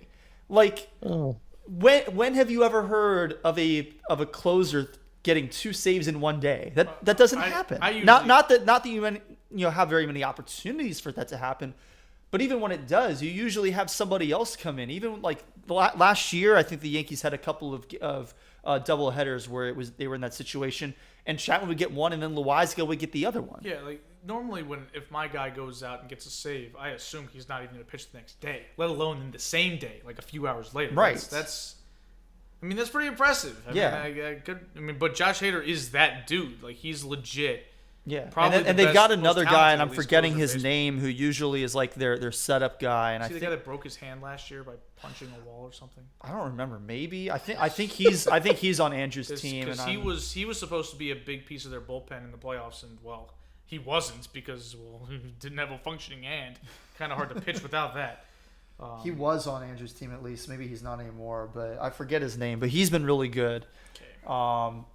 But yeah, as far as Williams? Yeah, Devin Williams. Yeah, he's been good. But the starting rotation behind Burns has been not super impressive. Not as good as it was last year at all. The question is going to be, come playoffs, can the offense continue to produce? And Christian Yelich has fallen off of a cliff. Christian Yelich will have like a huge day and then a terrible day. But like Christian Yelich will have all these like -1 point, -2 points for me, and I take him out, and then the next day he scores 6 points. I'm like, God damn it! Like, what am I supposed to do with this asshole? I needed that -2.25 to mostly cancel out CJ Cron's -2.5 on Sunday, because I was just looking at my phone like, you gotta be kidding me. Yes. Really? Back when your phone was functional. Yeah. Fortunately, I had locked up the window before Fury 325 took my phone from me. Yelich is another player that I want to cut, but like you can't cut him. But I can't cut him because he's, even with all those really terrible games, he's still one of the leading outfield scorers in our fantasy league with our settings. And so he's like Christian Yelich. And he's Christian Yelich, and you know that he can be really, really good. Yeah. So like, MVP. I can't cut him, but I want to cut him so bad. So, the bigger thing is that, offense for baseball is very streaky. It's very difficult to predict game after game. Whereas pitching, you kind of have an idea of what you're going to get from a pitcher from one game to the next. A really good pitcher can go up against a really bad lineup and have a great game. They can go up against a really good lineup and have a really great game. Thank you, Scott McClanahan. Hitting is going to be very, very hit or miss from day to day. No pun intended. That pun was totally intended, Cory. I swear it wasn't, but it was a good pun. And so that's going to be the question for them. Do they stay hot, or do they hit a slump? And if they hit a slump, they're going to be toast. You never know. That's fantasy baseball is particularly difficult because it's been very interesting this year with our updated scoring settings, because you do have those like -2 point games. You're like, oh my god! Yeah, but then you also have 8 point or 10 point games from hitters, and you're like, oh, this is great. Scored me 9 yesterday. That was amazing. I was like, wow. I had to check on the computer to see that because I didn't have my phone. So I was like, whoa, that's pretty good. Okay, so let's jump to the NL West. Not a whole lot to say about the Dodgers. They're great. We knew that would be the case. Mookie Betts is back after kind of a down year last year, and then like down early. A little bit of a tough start to the season. He's raking. He's closed the gap on Manny Machado for the league lead in wins above replacement. Manny's only a couple tenths of a point ahead. I mentioned earlier he's closing the gap on Judge very quickly in home runs. And he plays at Dodger Stadium and on the West Coast, where it's not as easy to hit home runs out there. Yeah. And plus he's like 5'9", so like he's not gigantic like Aaron Judge, who you'd expect to be crushing dingers. Yeah, with Judge you already have an advantage because you're already starting your swing higher. I don't know how much of a difference that makes, but Probably gives you an extra few feet on it per hit. It probably helps. I think Judge's main advantage is that he plays at Yankee Stadium, where a but can he's a of corn right-handed batter in Yankee Stadium. It's a little. It's. But he can still hit a can of corn opposite field pop up. He can. Yeah, but he hits a lot of his home runs to right center. So. That's a home run. Well, Aaron Judge usually hits him far enough to hit him out of any park, except for Oriole Park when he whines and Yellowstone Park. Yeah. Dodgers are great. Go figure. But obviously the interesting story is the Padres, who I think a lot of people dismissed a little bit this year. Well, after last year, can you because blame them? They fell apart last year, and then they were going to come into this year missing their best player for a good chunk of the season. And they're still missing him. Tatis is still not back, but they're 12 games over 500. Yeah, and like we said, their pitching has been better. Their bullpen hasn't really missed a beat. Melanson left. Yeah, he's with Arizona, but it hasn't seemed to make a difference. But they traded for Taylor Rogers, who this great. week, notwithstanding, he had a blown save that made our game a lot more interesting than it should have been. In the middle of the night on Sunday, as I wake up in the morning, it's like, whoa, I lost 6 points. What happened there? So he's been great outside of that one bad game. So they haven't missed a beat there. Their starting pitching, Yu Darvish has had a much better season so far. And, of course, we've talked about Manny Machado has really, he was good last year. He was an all-star last year, and deservedly so. This year he's been fantastic. He's leading. And he's MVP cooled off a little bit in the last 2 weeks, but he's still been. It's inevitable. He's still been above average. He also has been dinged up. He missed a couple of days with I think was it an elbow issue or a wrist or something. Yeah, so he was. So that could play into a little bit of his not being as hot lately. So you're figuring he's going to get back on track in pretty short order. And they're also doing this in a good division. I mean, the worst team in the division is only 4 games below 500. Yeah, and the Giants and the Dodgers. Everybody has been competitive. The Diamondbacks and the Rockies have been competitive. The Giants are 5 games above 500. Yeah, so the Padres have to feel like they're in a better spot this year, just because last year, even when they were solidly in the playoffs, if one team got hot, they would have been out because they weren't catching the Giants for Wild Card 1 or the Dodgers for Wild Card 1 and the Giants for the division. So if one team comes up there, they would have been out. Whereas now they are in that first Wild Card spot, and they've got one additional Wild Card spot. And they're playing good baseball. Of all the teams in Major League Baseball who are in second place in their division, they trail the division leader by the fewest games, and their division leader is tied with the best record in baseball. This is what we kind of expected to see from them last year, where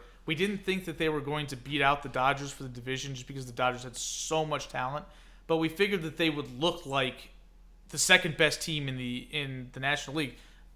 At least 2 of us picked them to win the NL pennant and maybe even the World Series last year. And I picked them to beat the Yankees in the World Series. It didn't happen at all. Come close to happening. Yeah, and whereas this year, you got to feel more confident in the team this year because they're not messing around and losing, getting swept by the Brewers like they were last year. Yeah. They're winning most of their series, and they're doing it without some of their best guys. Not like last year, they were doing it with Tatis in the lineup, and they still weren't able to make up any ground on anybody. And then when things started to fall apart, when Tatis got hurt, that's when it was just like, okay, well, their season's done. Also, Jace Tingler, really. You've got to be kidding me with that guy. Bob Melvin has earned a lot more than Chase Tingler could ever earn as a manager. So a better managing situation will probably keep that team focused in the dog days, which is where they fell apart last year. So I've pulled up. Oh, go ahead. I've pulled up the NL wildcard standings, and after San Diego, St. Louis, San Francisco, the next best team is Arizona. Yeah. Right? They're the first team out right now. And Colorado's the third team out. Yeah. I'm getting the sense, just a quick little glance at this, that the NL wildcard situation is over. I don't trust any of these other teams. Arizona, they're not good. The Braves have shown that they don't have it this year. Colorado stinks. The Phillies are terrible. Pittsburgh, Miami, Cubs, Nationals, Reds, garbage. So, I think we're done here. Yeah, the worst team in the NL West is literally only half a game behind the second team in the NL East. Exactly. 40% of the National League is behind the last place team in the West. Yeah, so the NL feels a little bit like the American League felt a couple of years ago, where it's the 5 teams that are going to be in, and that's that. This time it's now 6. So it's basically jockeying for position who can get that, those first 2 buys, which as of right now look like the Dodgers and the Mets. And I honestly expect that to hold because I don't think the Brewers are going to sustain their offense. And frankly, the Dodgers and the Mets are just better teams. And the Mets also have the luxury of getting 19 games a year against the Nats, 19 games a year against the Marlins, and frankly, 19 games a year against the Phillies and the Braves. Like that's almost half their season against what appear to be either bad or really bad teams. And we haven't quite reached the point where we're going to have more balanced scheduling. That'll start next year. But for now, the Mets are going to cash in, and good for them. Yep. So let's hop over to the American League. Let's talk a little AL East. We've talked about the Yankees being in first place. The Rays and the Blue Jays, we expected them to give chase, and they're still in the mix, but not quite. They're the top 2 wild card teams right now. Yeah, but they're not quite as. At least the Blue Jays, in my opinion, haven't quite been as good as I expected. But they are on a 5-game winning streak, though. Okay, so they're on the come up, and we know the Rays and what they're capable of, and they can get hot at any time.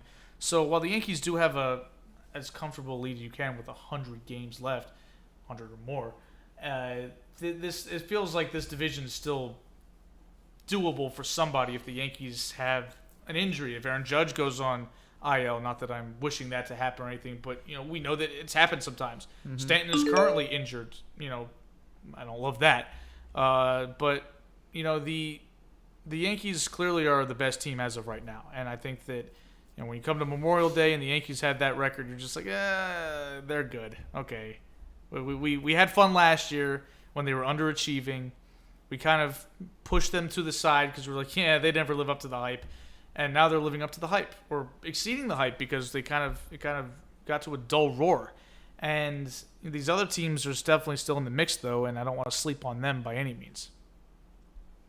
What do you guys think of the Red Sox? Because I feel like it might be time to start shoveling dirt on their season. Like they just... they do have a plus 17 run differential, so it's not like they're a god-awful team. I just think they're mediocre. They're not good. And I feel like they should be better than they are. I don't understand what's missing. Like maybe their pitching isn't good enough. I mean, they brought Trevor Story in here. They have Bogarts and Devers and Kike Hernandez. Like, boy, this is supposed to be a potent offense, and it just hasn't been. Yeah, Christian Vasquez is a pretty good hitter as far as catchers go. He's a very good catcher as far as catchers. Yeah. Yeah, so I don't know what's missing for Boston right now. But they can't this win kind a of series seems like the this Orioles? is what Boston has been Somebody's for the fired for past that. 5 years or so. Is like, when they're good, there's not really any rhyme or reason. Like they're just good, and when they're bad, there's no rhyme or reason. They're just bad. They're a very random team. Yeah, like you could look at their They roster. win the World Series or finish in last place. Yeah, it's really. They win the World Series and then they just are absolutely horrible 2 years later. Like it doesn't make any sense. And then they win the World Series when you're like, yeah. Well, they win the World Series the year after they were last place in the division. Yeah, and then like in 2017, I think they finished last, win the World Series, and then finished last like in 3 years. Yeah, because they had the Bobby Valentine year, that was a disaster, and then they come back and win the World Series with like, what was that clown's name? A little guy John Farrell. Yeah. John Farrell was the manager. I forget what, like one of their players just had like this career year. I'm like, who the hell are you? And then the next year he turned back into being him, and I was like, yeah, there you go. Was it Steve Pierce? No, it was not Steve Pierce. Saltalamacchia. No, it wasn't Saltalamacchia.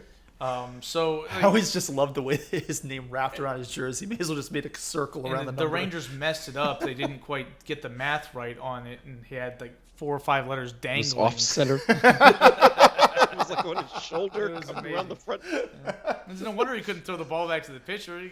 Everything's off kilter. He can't function that way. So, well, he didn't learn how to spell his own name till he was like 8 years old with all those letters. Can you blame him? I mean, that's a spelling bee right there, man. Like every day. The Red Sox are random. Like even in 2018 when they won the World Series, like I remember, like they made the playoffs in 2017. But in fact, they won the division, but the Yankees advanced further. The Yankees went to the ALCS, and kind of everybody was like, okay, this is the moment where the Yankees are going to take flight.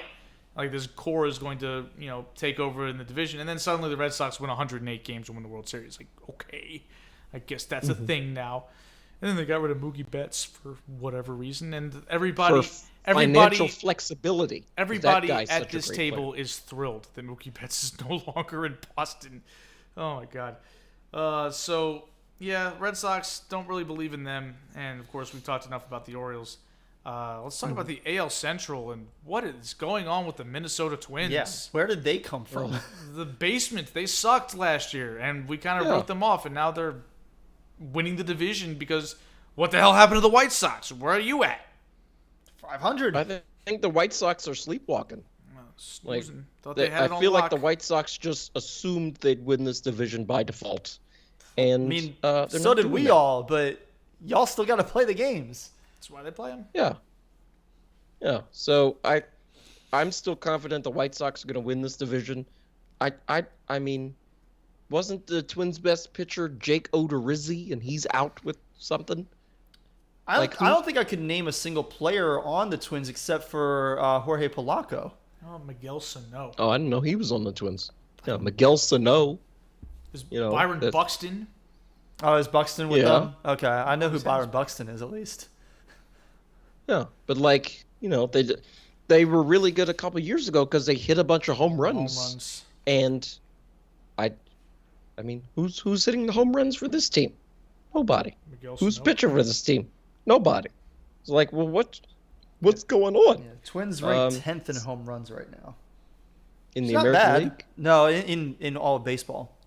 Oh, okay. Yeah, which isn't terrible, but it's not exactly what you expect from a team that's beating the heavy favorite in the division by 5 games.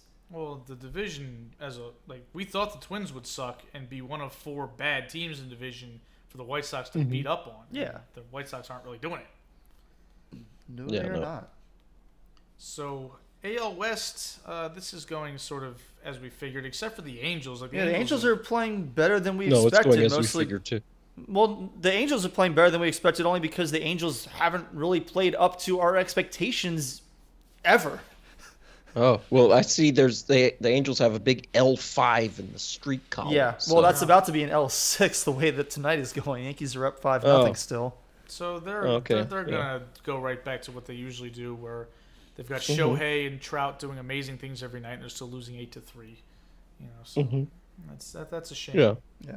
So there's nothing really noteworthy outside of that. Like the Angels looked like they were being interesting, and now they look like they're trending back to being what we've seen them for basically the last 10 years. Yeah, so. I mean they do still have a little bit of space on the White Sox for that last wild card spot. Yeah, but let's be real. We still got 2/3 of the season left. Right. Are you more confident in the White Sox or the Angels?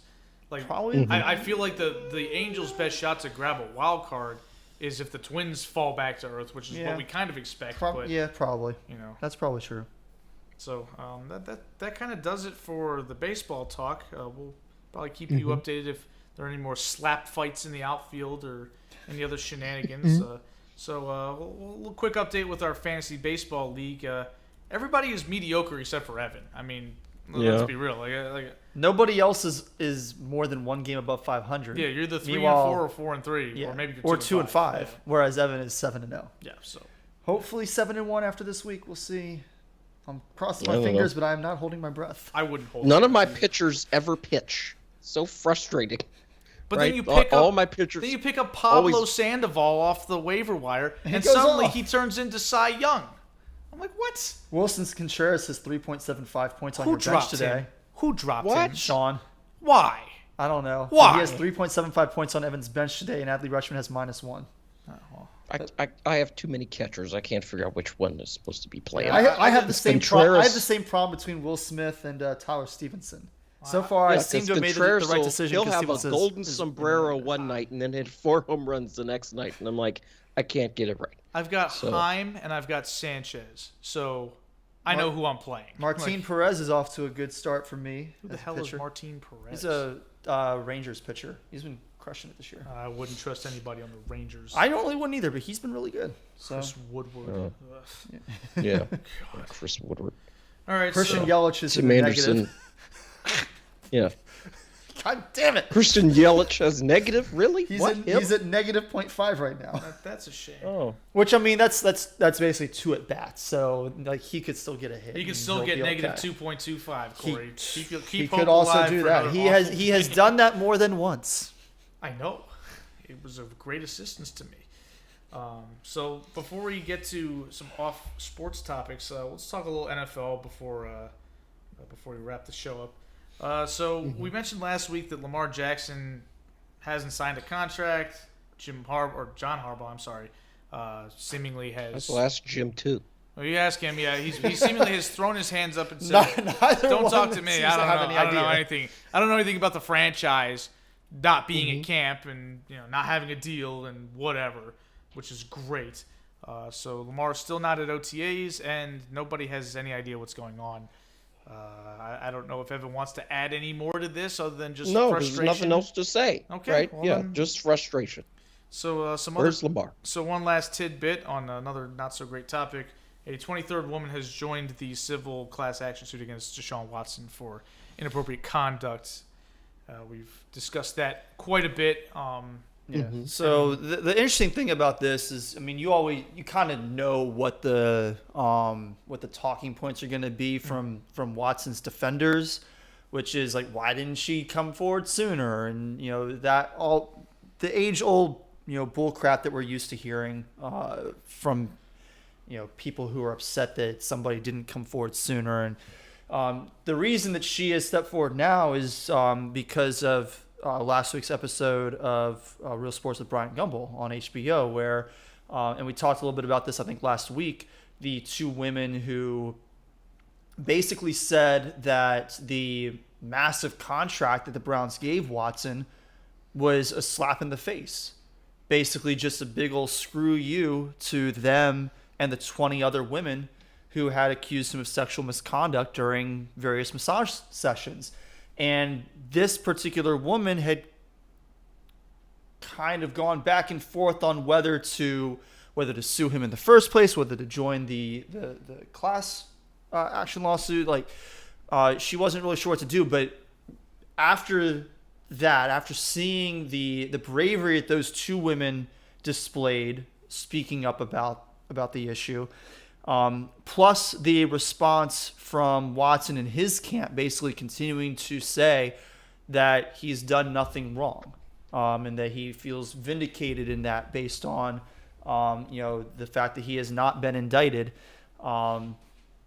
she decided to come forward and add her name to this suit. So she said that she worked on him 3 times, and each time his behavior became more brazen than the last. And it was, I won't say exactly what happened. You can read it in the articles, but her description of what happened during the last session was,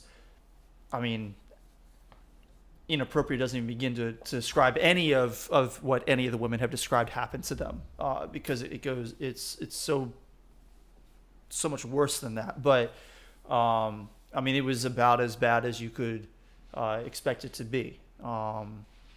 So, Is Deshaun Watson or Deshaun Watson's people, are they saying that he did nothing wrong?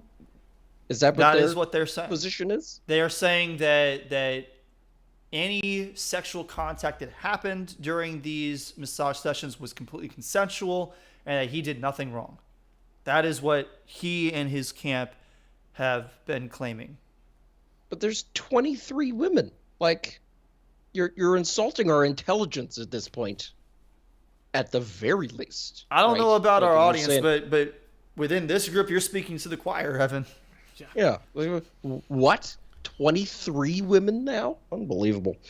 So yeah, it just keeps getting uglier. Right? Like what? Yeah. How could it get uglier, and yet it does? Yeah. Yeah, if there was any possible benefit of the doubt going to Deshaun Watson, which at this point I think it's really tough to make that case. I talked about this on here. When you go on the stand and admit that one of your encounters resulted in your massage therapist ending up in tears, chances are you acted inappropriately. Like, I can't imagine, oh, yeah, whoever it was gung-ho for whatever you had to offer, and then it was, waterworks after that. It doesn't line up with anything resembling reality. I mean, you've got almost 24 women accusing you of this, and you're admitting, yeah, sometimes it ended like this. I'm like, well, it sounds like it ended the way they said it ended. Like, your story is now crossing into what we would expect. The end result is lining up with that. So you're expecting me to continue as you move closer and closer to beyond reasonable doubt to expect me to say, but it was still all good. It's not there anymore. I'm sorry. It's time for the NFL to do something about this. I don't really know what's taking them so long. They've had plenty of time. They act on their own clock anyway. It's not like they have to wait for some ruling or for some information. They can go get it themselves. I guess that they're just sitting on their hands and waiting for somebody to force their hand. But it's getting to the time where it's like we need to know what the result of this is going to be for more than just football reasons. For some type of closure on this case and understanding how the NFL is going to handle this, because really a lot of other leagues are looking at this. Major League Baseball, with the way they handled the Trevor Bauer situation just a couple weeks ago, they clearly were like, we are not going to be the league that messes this up. Well, the NFL probably can't afford to mess this one up either. I feel like the NFL, like you said, they're not going to act until they're forced to. But like, it's not the NFL's job to litigate, serious issues, right? All their job is to televise football games, and that's it. So when it comes time to do that, then they will make a decision. But May 31st, it's not football time. Like it doesn't matter to them. It has no bearing on their money right now. But say it comes around to week 1 and Deshaun Watson is for some reason allowed to play, hypothetically, then people would be upset and not watch the games and not buy beer and etc. So he'll certainly be suspended for some amount of time, probably a large amount of time. But I just don't think we should expect to hear that news anytime soon. But that kind of points to a little bit of the cynicism of the NFL at that point, that they hold that view that we'll get to it when it actually starts affecting things and people are paying attention, because we saw them act in around this time, what was it, 7 years ago, over some questionably inflated footballs. Like they came down on that and they finished up that investigation, which had its share of problems too.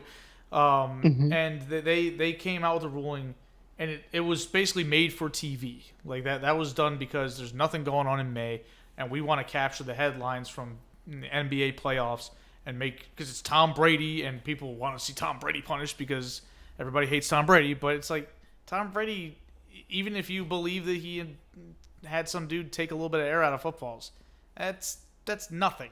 Like that's nonsense. This is literally air. Yeah, this is serious.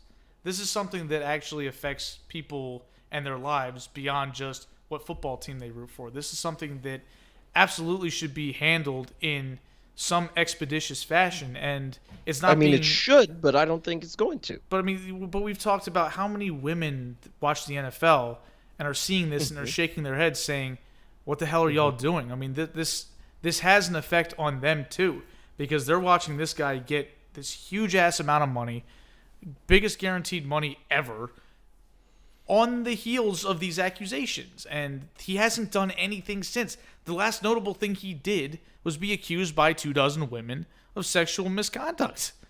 That's literally the last thing we've seen him do, because he hasn't played football since then. So it's frustrating, it's wrong, and it's peak NFL, it's peak America, where things only get done when people's eyeballs are actually attached to the screen, and it's really frustrating that we can't be better than that. Yeah. Get off my high horse now. All right, so on that note, let's move to something fun. Evan and I went to Carowinds over Memorial Day weekend. Yeah, you did. You got your Fury 325 shirt on, which that's a really cool shirt, actually. Yeah, I like the design of the graphic on there. Yeah, that's why I bought the honeycomb shirt. on there. Yeah, it's nice. Yes, Evan, I am wearing the shirt that I purchased 2 nights ago, and put in my car and drove home with. But yeah, I put this one on, and it was a great time. I had some missteps there, including losing my phone. Well, I recovered my phone, and it is thoroughly trashed. And for those who have seen me, you have seen me be quite lobster-esque. I'm very sunburned. My hand in particular is cooked because I took one look at Eric, and my first thought was South Park. Crab people. I look like a crab person. People. Yeah. But I had a great time nonetheless, even with the sunburn, even with my phone going bye-bye, even with the nice bruise that I've got on like just beneath my rib cage, which I didn't even feel. I just took my shirt off to take a shower, and I was like, hey, what's that? And probably just, generally riding roller coasters and just some physical contact. It happens.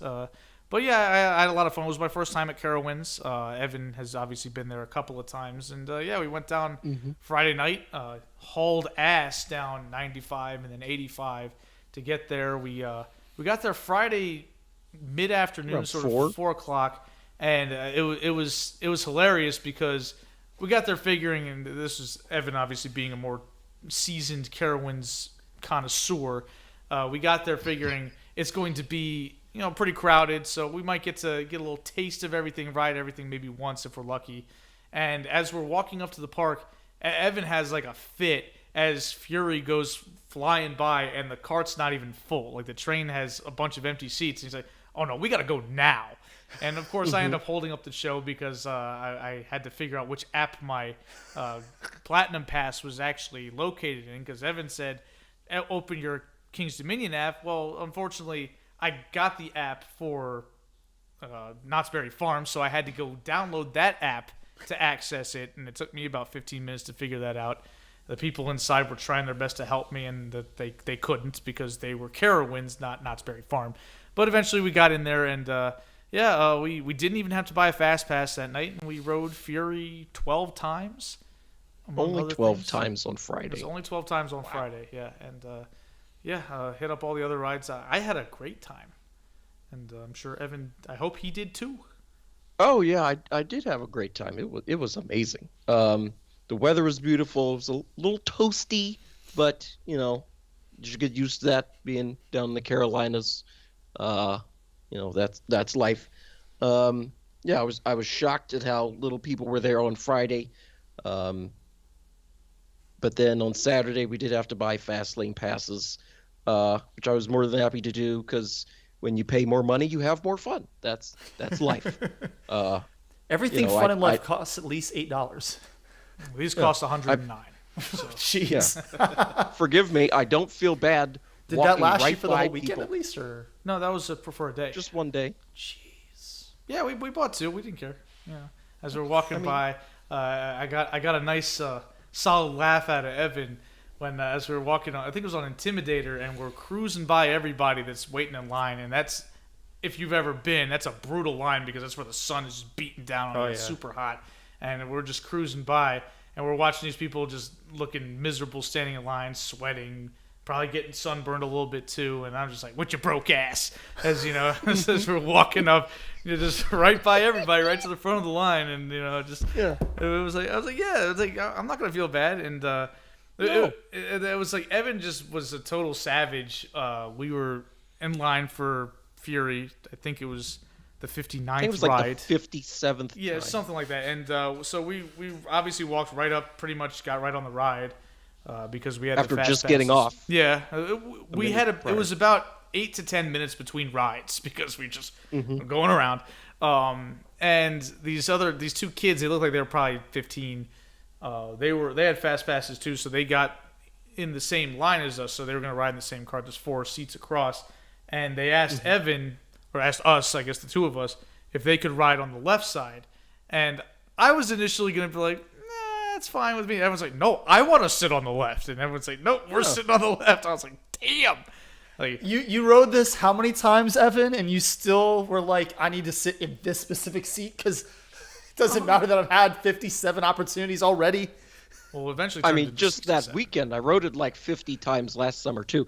But like, once you've ridden the same ride several times, you can sort of sense a difference between rides and different seats. So like on this ride in particular, the left side of the train, I feel, gives a superior experience to the right side. You can't give the superior experience just one time to somebody else and then get it on your next go, since you only have to wait 8 minutes between rides?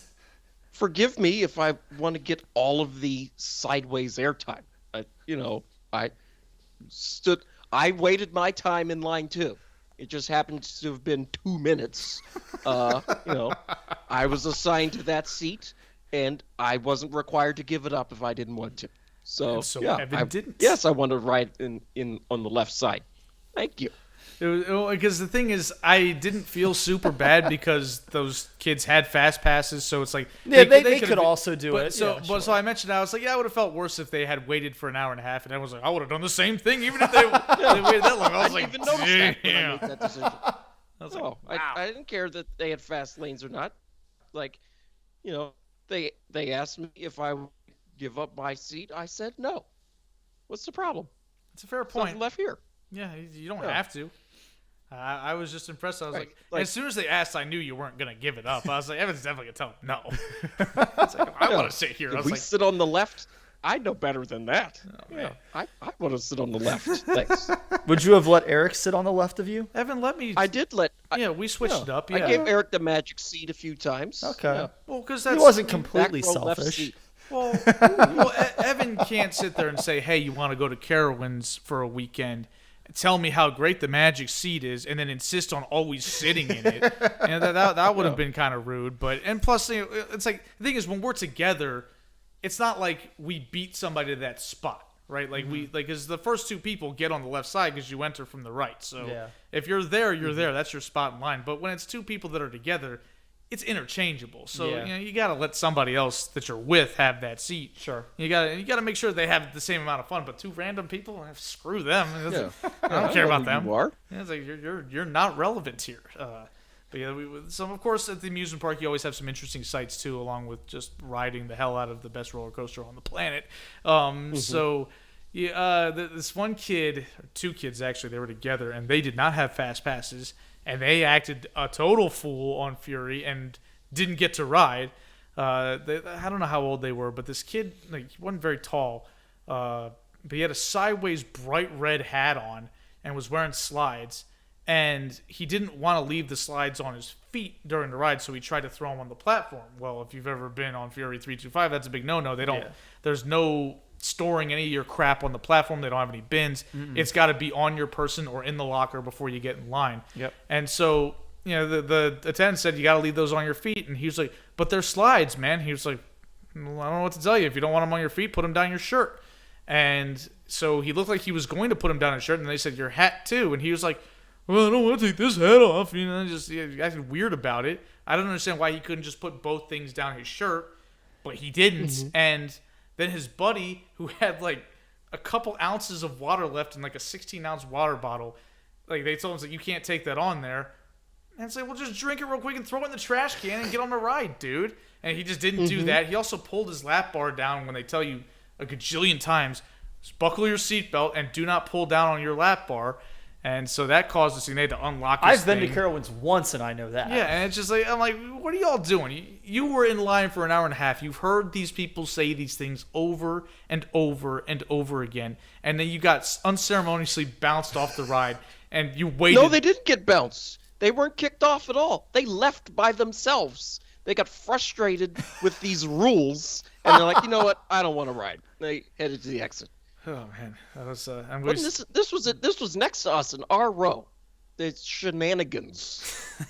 And the worst part is we didn't even get to slide over and take the left seat because that's the ones Right. that they were in. They We just were locked wasted in. it. Oh my Yeah. god, that was just that was ridiculous. So that was. Well, I can forgive Evan a little bit more for wanting to keep the left seat that time because y'all were gypped of an opportunity.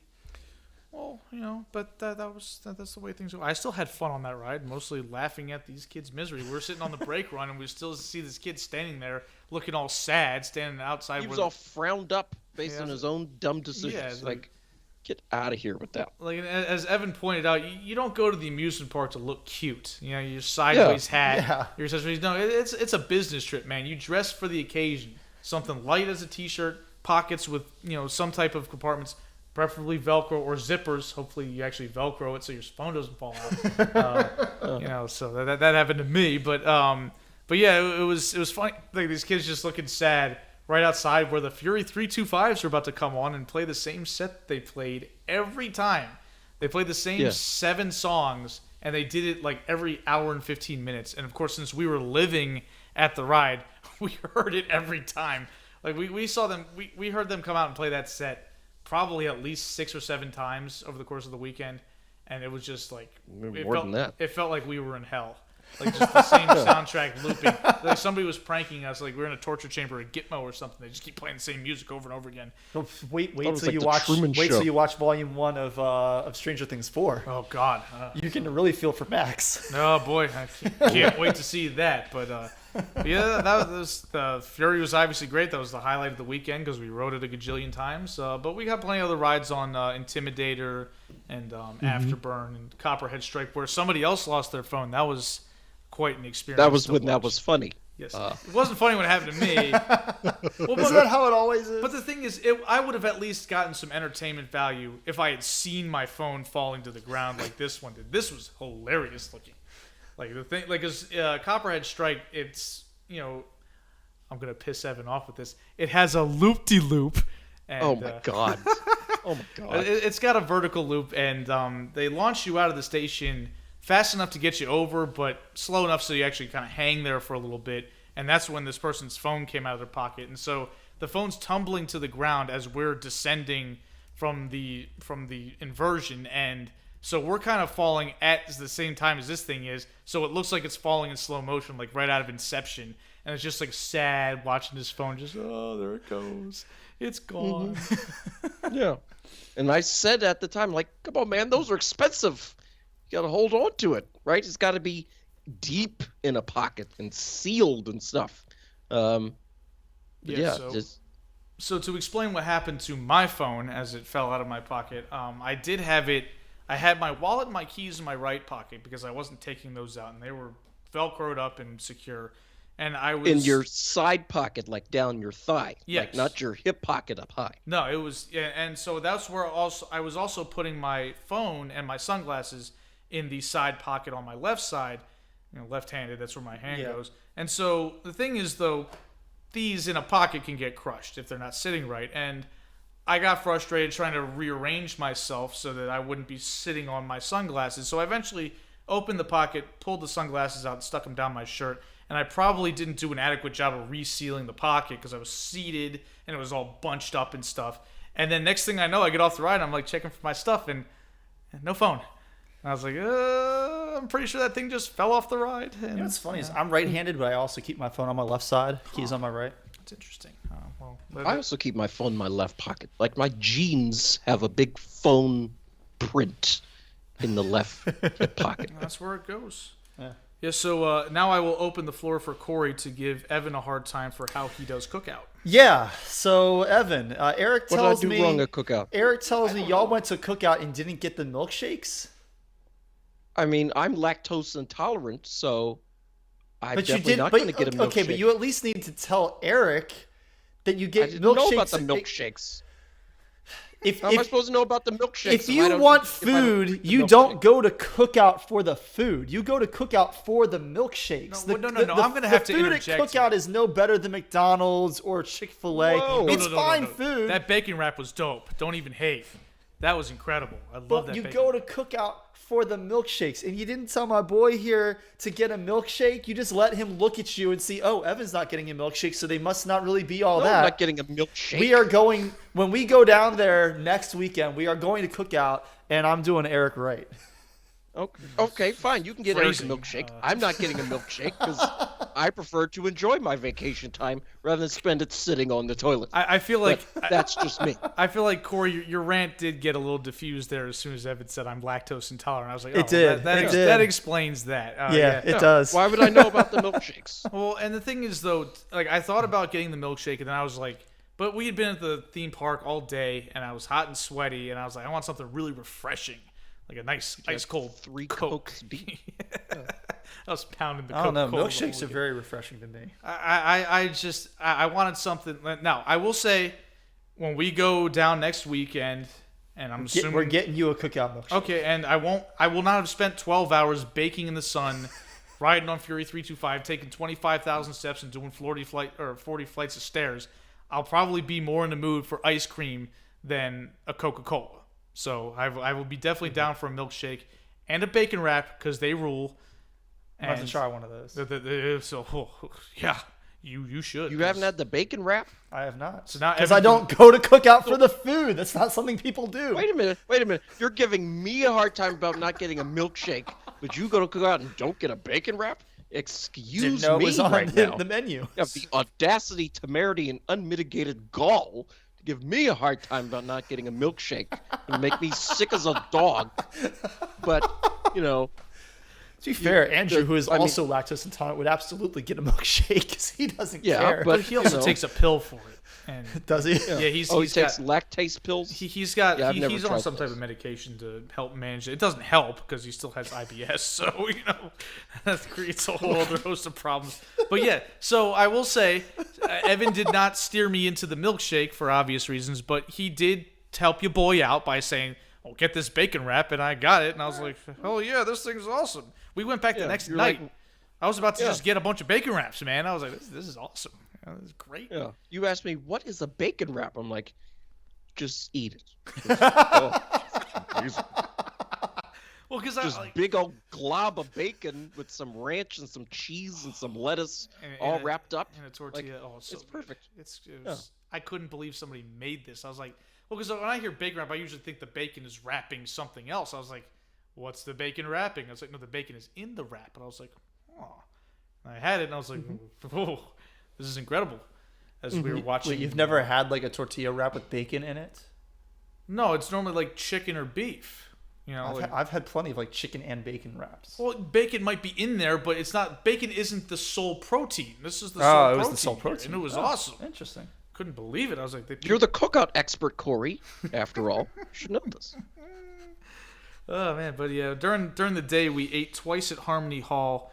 I got pizza both times because that's what I do. I'm a simple man with simple needs. I also was absolutely housing the Coca-Cola because, according to somebody I rely upon for a lot of wisdom, my older brother, soda is hydration. Oh man. But I did, and the thing is, the one time I actually felt a little, not so great was after I downed a lemonade, but the problem is I immediately got on the Intimidator, and I was like, ugh, I'm gonna need a moment after that. But yeah, it was a great time. Sunburned and destroyed phone and all. I had a lot of fun. I was glad I went. And all the traffic we sat in on the way back. That was some rough traffic. I was like, wow. It almost caused me to have to fill up before I got home. Oh. Because Okay. going down, it's like we were good. I had at least 60 more miles before I was running out of gas. Going home, I was like, it was yelling at me. I was like, well, I'm still gonna make it home, so that's what I'm gonna do. Okay. Yeah, Afterburn was a lot of fun as well. Inverted roller coaster. That thing is a powerhouse, man. Oh my goodness. I think we got one ride in the back row. Maybe it might have been running a little slow. But it was still great. Copperhead Strike with the roll out of the station where you're So annoying. just hanging from the restraint. It's so uncomfortable to me. It's such a gimmicky sort of element to add on your ride. The immediate, I guess, inline twist out of the station. I don't know. I rank it fourth just because of that. Yeah. Like if it didn't have that, if it was just flat and you make a turn to the right, that would have been fine. I think it would be a better ride without the JoJo roll, as it were. Yeah, Yeah, after and then sorry, go ahead, Evan. yeah, and then Intimidator, people nicknamed it Intimidator, and I'm like, no, it's not. It's not trimmed that much, and sure enough, yes, it was. If we got a few rides toward the middle and sort of front middle of the train, and like every time one of those trim brakes hit, it just completely neutered the airtime over the hills. Like there was just nothing. It's like riding in a car on the ground. Like we're just sitting here. I'm not feeling anything. So yeah, Intimidator, it fits. Yeah, But so yeah, Fury is something else. Oh my goodness, I'm madly in love with that thing. I bought a little model of it. I'm gonna put together. So yeah, that should be fun. So I mean, the best part about coming home from a coaster trip is planning the next one. So got to figure out what the next move is. yeah, I was the afterburn definitely caught me. I don't want to say off guard because I'm on a roller coaster. I expected to go fast, but like when you got to the bottom of the sort of the drop portion, it kind of trickles down there a little bit. Doesn't feel like it gets, but once you get to the bottom of that thing's humming. And I was like, wow, it's like it just kind of felt like it hit an extra gear there. And I was like, that's gravity at work though. I was quite impressed with that. Didn't get hit in the face with too many bugs on the night rides, which was nice. But yeah, I was glad we got to ride Fury in so many ways. I'm glad we got to ride in the front a couple of times just to see what that's like. And I am in full agreement that the front ride is an experience, and I think everybody should have that. But the back ride's where it's at. Yeah. You get that, you get that extra force. You really feel it, especially in that magic seat. Like I was like, when I hear stuff like that, I'm like, yeah, it can't mean that much. I was like, oh, they're different. It was a lot different. I was like, whoa. So yeah, big fan of that ride. As Cory, You thought it was a lot different between seats? Like you noticed that as well? When I got in the left seat, especially as the coaster had been going all day and was like picking up a little more speed. Yeah, like towards like Saturday afternoon, when we had like that marathon session, yeah, I really noticed it. I was like, whoa, that's I hadn't felt that, and we had ridden it already probably close to 40 times. So, or maybe not 40, but like 35. But yeah, I really noticed it. I was like, that's impressive stuff. So, for the rest of the crew here that doesn't seem to go on any of these trips except for me and Evan, you also come with because it's a lot of fun. Yeah. How about that? I mean, unless you don't like fun, unless you like mundane, whatever you're doing. Yeah, that's what I like. It's up to you. Okay, Cory, we didn't get to ride Nighthawk, which you were raving about. I think that thing's a piece of crap. Not gonna lie, it's terrible. It's like Batwing at Six Flags America, but worse. That's how I describe it. But it got a fresh new paint job this off season, and it is looking great.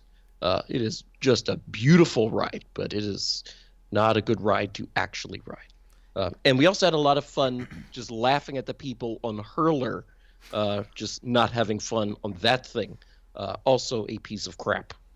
Just terrible. It was right next door. Yeah, I didn't suffer Evan through a full tour of all the roller coasters because I'm not necessarily a guy that needs to check all the boxes because I'm not not quite as invested as Evan is.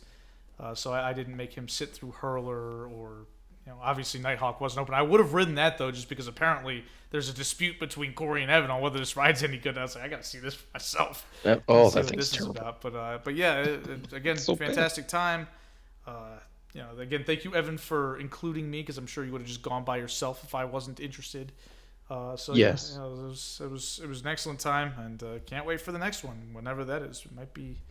I don't know when this week. Because well, you're taking off on Friday, or you have off on Friday. I don't, so I have off on Friday. I'm probably gonna have to just take the L on this weekend, but Yeah, it kind of looks like it's gonna rain, and I'm kind of like, and I also was looking at my credit card statement after Cedar Point and Carowinds and back-to-back weekends. I'm like, ooh, maybe I should pump the brakes. So I'm telling you to slow it down a little bit. Ease up. Yeah. Ease up on the spending. Yeah. Having a lot of fun, but the bills come due at the end of the day. Yes. Well, that'll probably do it for our show. Thank you guys for tuning in, and suffering Evan and I waxing poetic about Carowinds. It's a great time, so I recommend All you y'all go. listen to this podcast right now. Go buy a ticket to Carowinds. Okay, do it. Where the Carolinas come together. Gotta Yes. go. Yeah. Where the Carolinas come together. Exactly. So Exactly. thanks everybody for tuning in. This was episode, I believe, 197 of the Sports Ballers podcast. You can get us on any of your favorite podcatchers, including Apple, Spotify, Google, whatever. If you're looking for us, you can find us. And if you have one that we're not on, let us know. We'll do our best to get on there as well. You can email us at thesportsballers@gmail.com. You can follow us individually on Twitter. I'm starting with that for some reason. Cory is at Cory Puffets. I am at Quagmire67, and Evan is at Evan_Ash13. You can follow us at SportsBallers18 on Twitter as well. And if you guys have any mailbags or feedback or anything to let us know that we are good or suck or whatever, you want to hear more about Carowinds because all the sports ball stuff is annoying and not as fun, we'll gladly keep talking about it, but let us know. Either way, we are happy to take feedback. Do you guys have any shout-outs before we get rolling? Well, I can't name them because Evan still has not gotten his act together and watched the season. But shout out to the winner of Survivor 42 because it was an amazing season. Great job by this particular player. I definitely think that the jury got it right. And so Okay. I guess I've been snoozing. I mean, yeah, it was a great season. Okay. Yeah, I need to get on that then. I mean, I have it all recorded. And Yeah, stuff. if you hated the twists from season 41, season 42 will make you rethink your dislike of those twists. I didn't dislike the twists. Then you're going to love this that's season what the probably show is. even more than me because I was kind of on the fence about some of those twists last season. So you might like this season even more than I did. Okay. Well, I guess when I run out of money because I've blown it all at an amusement park, I will just be sitting at home watching Survivor then. Yeah. Shout out also to Jimmy Butler, who has spurred on the last 3 teams to eliminate him from the playoffs to a NBA Finals championship. So, we'll see if that happens for Boston this year. I'm hoping not. Oh, no. Eric is hoping not. I told y'all, trust the gut. Boston's going to win. It might happen again. So it's like the Eagles a few years ago when whoever they played in their home opener went on to win the Super Bowl, like I think 3 or 4 years in a row, just somehow. And then it was broken in 2013 when the Chargers were their home opener, and they did not win the Super Bowl. Yeah, so shout out to those people. Evan? I don't have anything in mind, but I absentmindedly opened up Instagram. Shout out to Oreo for having apparently Oreo ice cream sandwiches. Guess who's not losing weight before Cory's wedding? That wasn't already a thing? I just learned about it just now. I knew that they had those. I don't know that I necessarily knew that they had them, but I kind of assumed that they did. Yeah. But it's I Oreo bet they cookie are. wafers with Oreo ice cream in between. That sounds amazing. That's outstanding. Yeah. Yeah. So, might have to check those out. Okay. Anything else, Evan? Oh, shout out to the ride crews at Fury 325 for not telling us to leave. Did they start to recognize you at some point? Oh yes, for yes. sure. Like the guy checking the fast passes. Like one of this, like he was kind of taking it seriously, but then after he saw us, probably for the dozenth time, he was like, "Yeah, go ahead." I know you guys. This black dude with glasses. He was just having a great time with us. He was like, "Y'all are crazy, man," because he was there. Because they rotated positions a lot, but it was for the most part the same group of people the whole weekend. So this dude saw us ride that thing 12 times on Friday night, and then in the midst of our 24 rides on Saturday, that's when he actually said something like, "Y'all riding this again?" And then he's like, "Yo, you're gonna see us again tomorrow if you're here." And it was 31 rides on Sunday. it was I was gonna shout them out for also keeping the lines moving and things like that, and you kind of got a little flavor from whoever was manning the booth that dispatched the train. Like there was like at first we had like this kind of sassy girl that was in there, and she was kind of cool about things.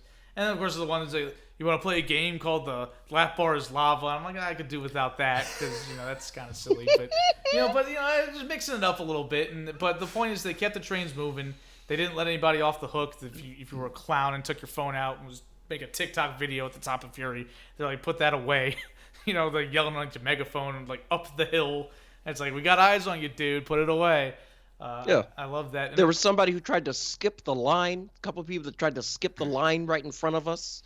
They didn't have a fast lane pass, so they were supposed to be in the regular line, and they thought nobody was looking, so they just hopped over the railing to get in the fast lane line and went right up the steps.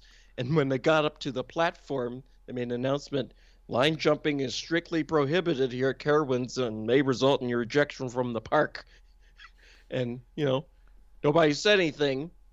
But when you're busted, right? So they just sort of slunk back to the regular line after that. Yeah, I would hope to the back of the line. I didn't. Oh yes, I wasn't paying close enough attention, so I didn't hear the announcement. But because there were two girls, and they kind of snuck through, and I was wondering, they got all the way to the top of the stairs. And again, I wasn't paying enough attention. I didn't hear the announcement that Evan just said happened. And I wondered, it's like, why did they go back? They made it all the way to the top. You're already here. You might as well go for it. And that's when clearly Evan informed busted. me they got caught. And I was like, yeah, that's not a good look. So they had to, take the walk of shame back down the steps. And I was like, yeah, well, that's what happened. So because I wasn't going to snitch on them. That's the least of their worries. Like I wasn't going to snitch. I was like, if they get away with it, they get away with it. But yeah, they did. That's what I told you. I'm like, I respect the hustle, but like. You got to know when you're busted. In places like this, when there's people always watching and there's cameras everywhere, come on. Yeah, I was very impressed with the security there. It felt like a Vegas casino where the eye in the sky don't lie. Oh no. They see everything and they're like, you better cut that out. You get walked out of here. The thing is though, like with these amusement parks, like they make so much money. But if there's an accident or something, or somebody's doing something they're not supposed to be doing, that will cost them dearly. Yep. So like, you can't be messing with somebody else's money like that. Absolutely. So. Yeah. Also, the crew at Intimidator was also just humming. They were amazing, keeping people from passing out in the line. Yes. With their broke ass, apparently. With your broke ass. That's so mean, but it's so true, right? True. Yeah, say, come on, man.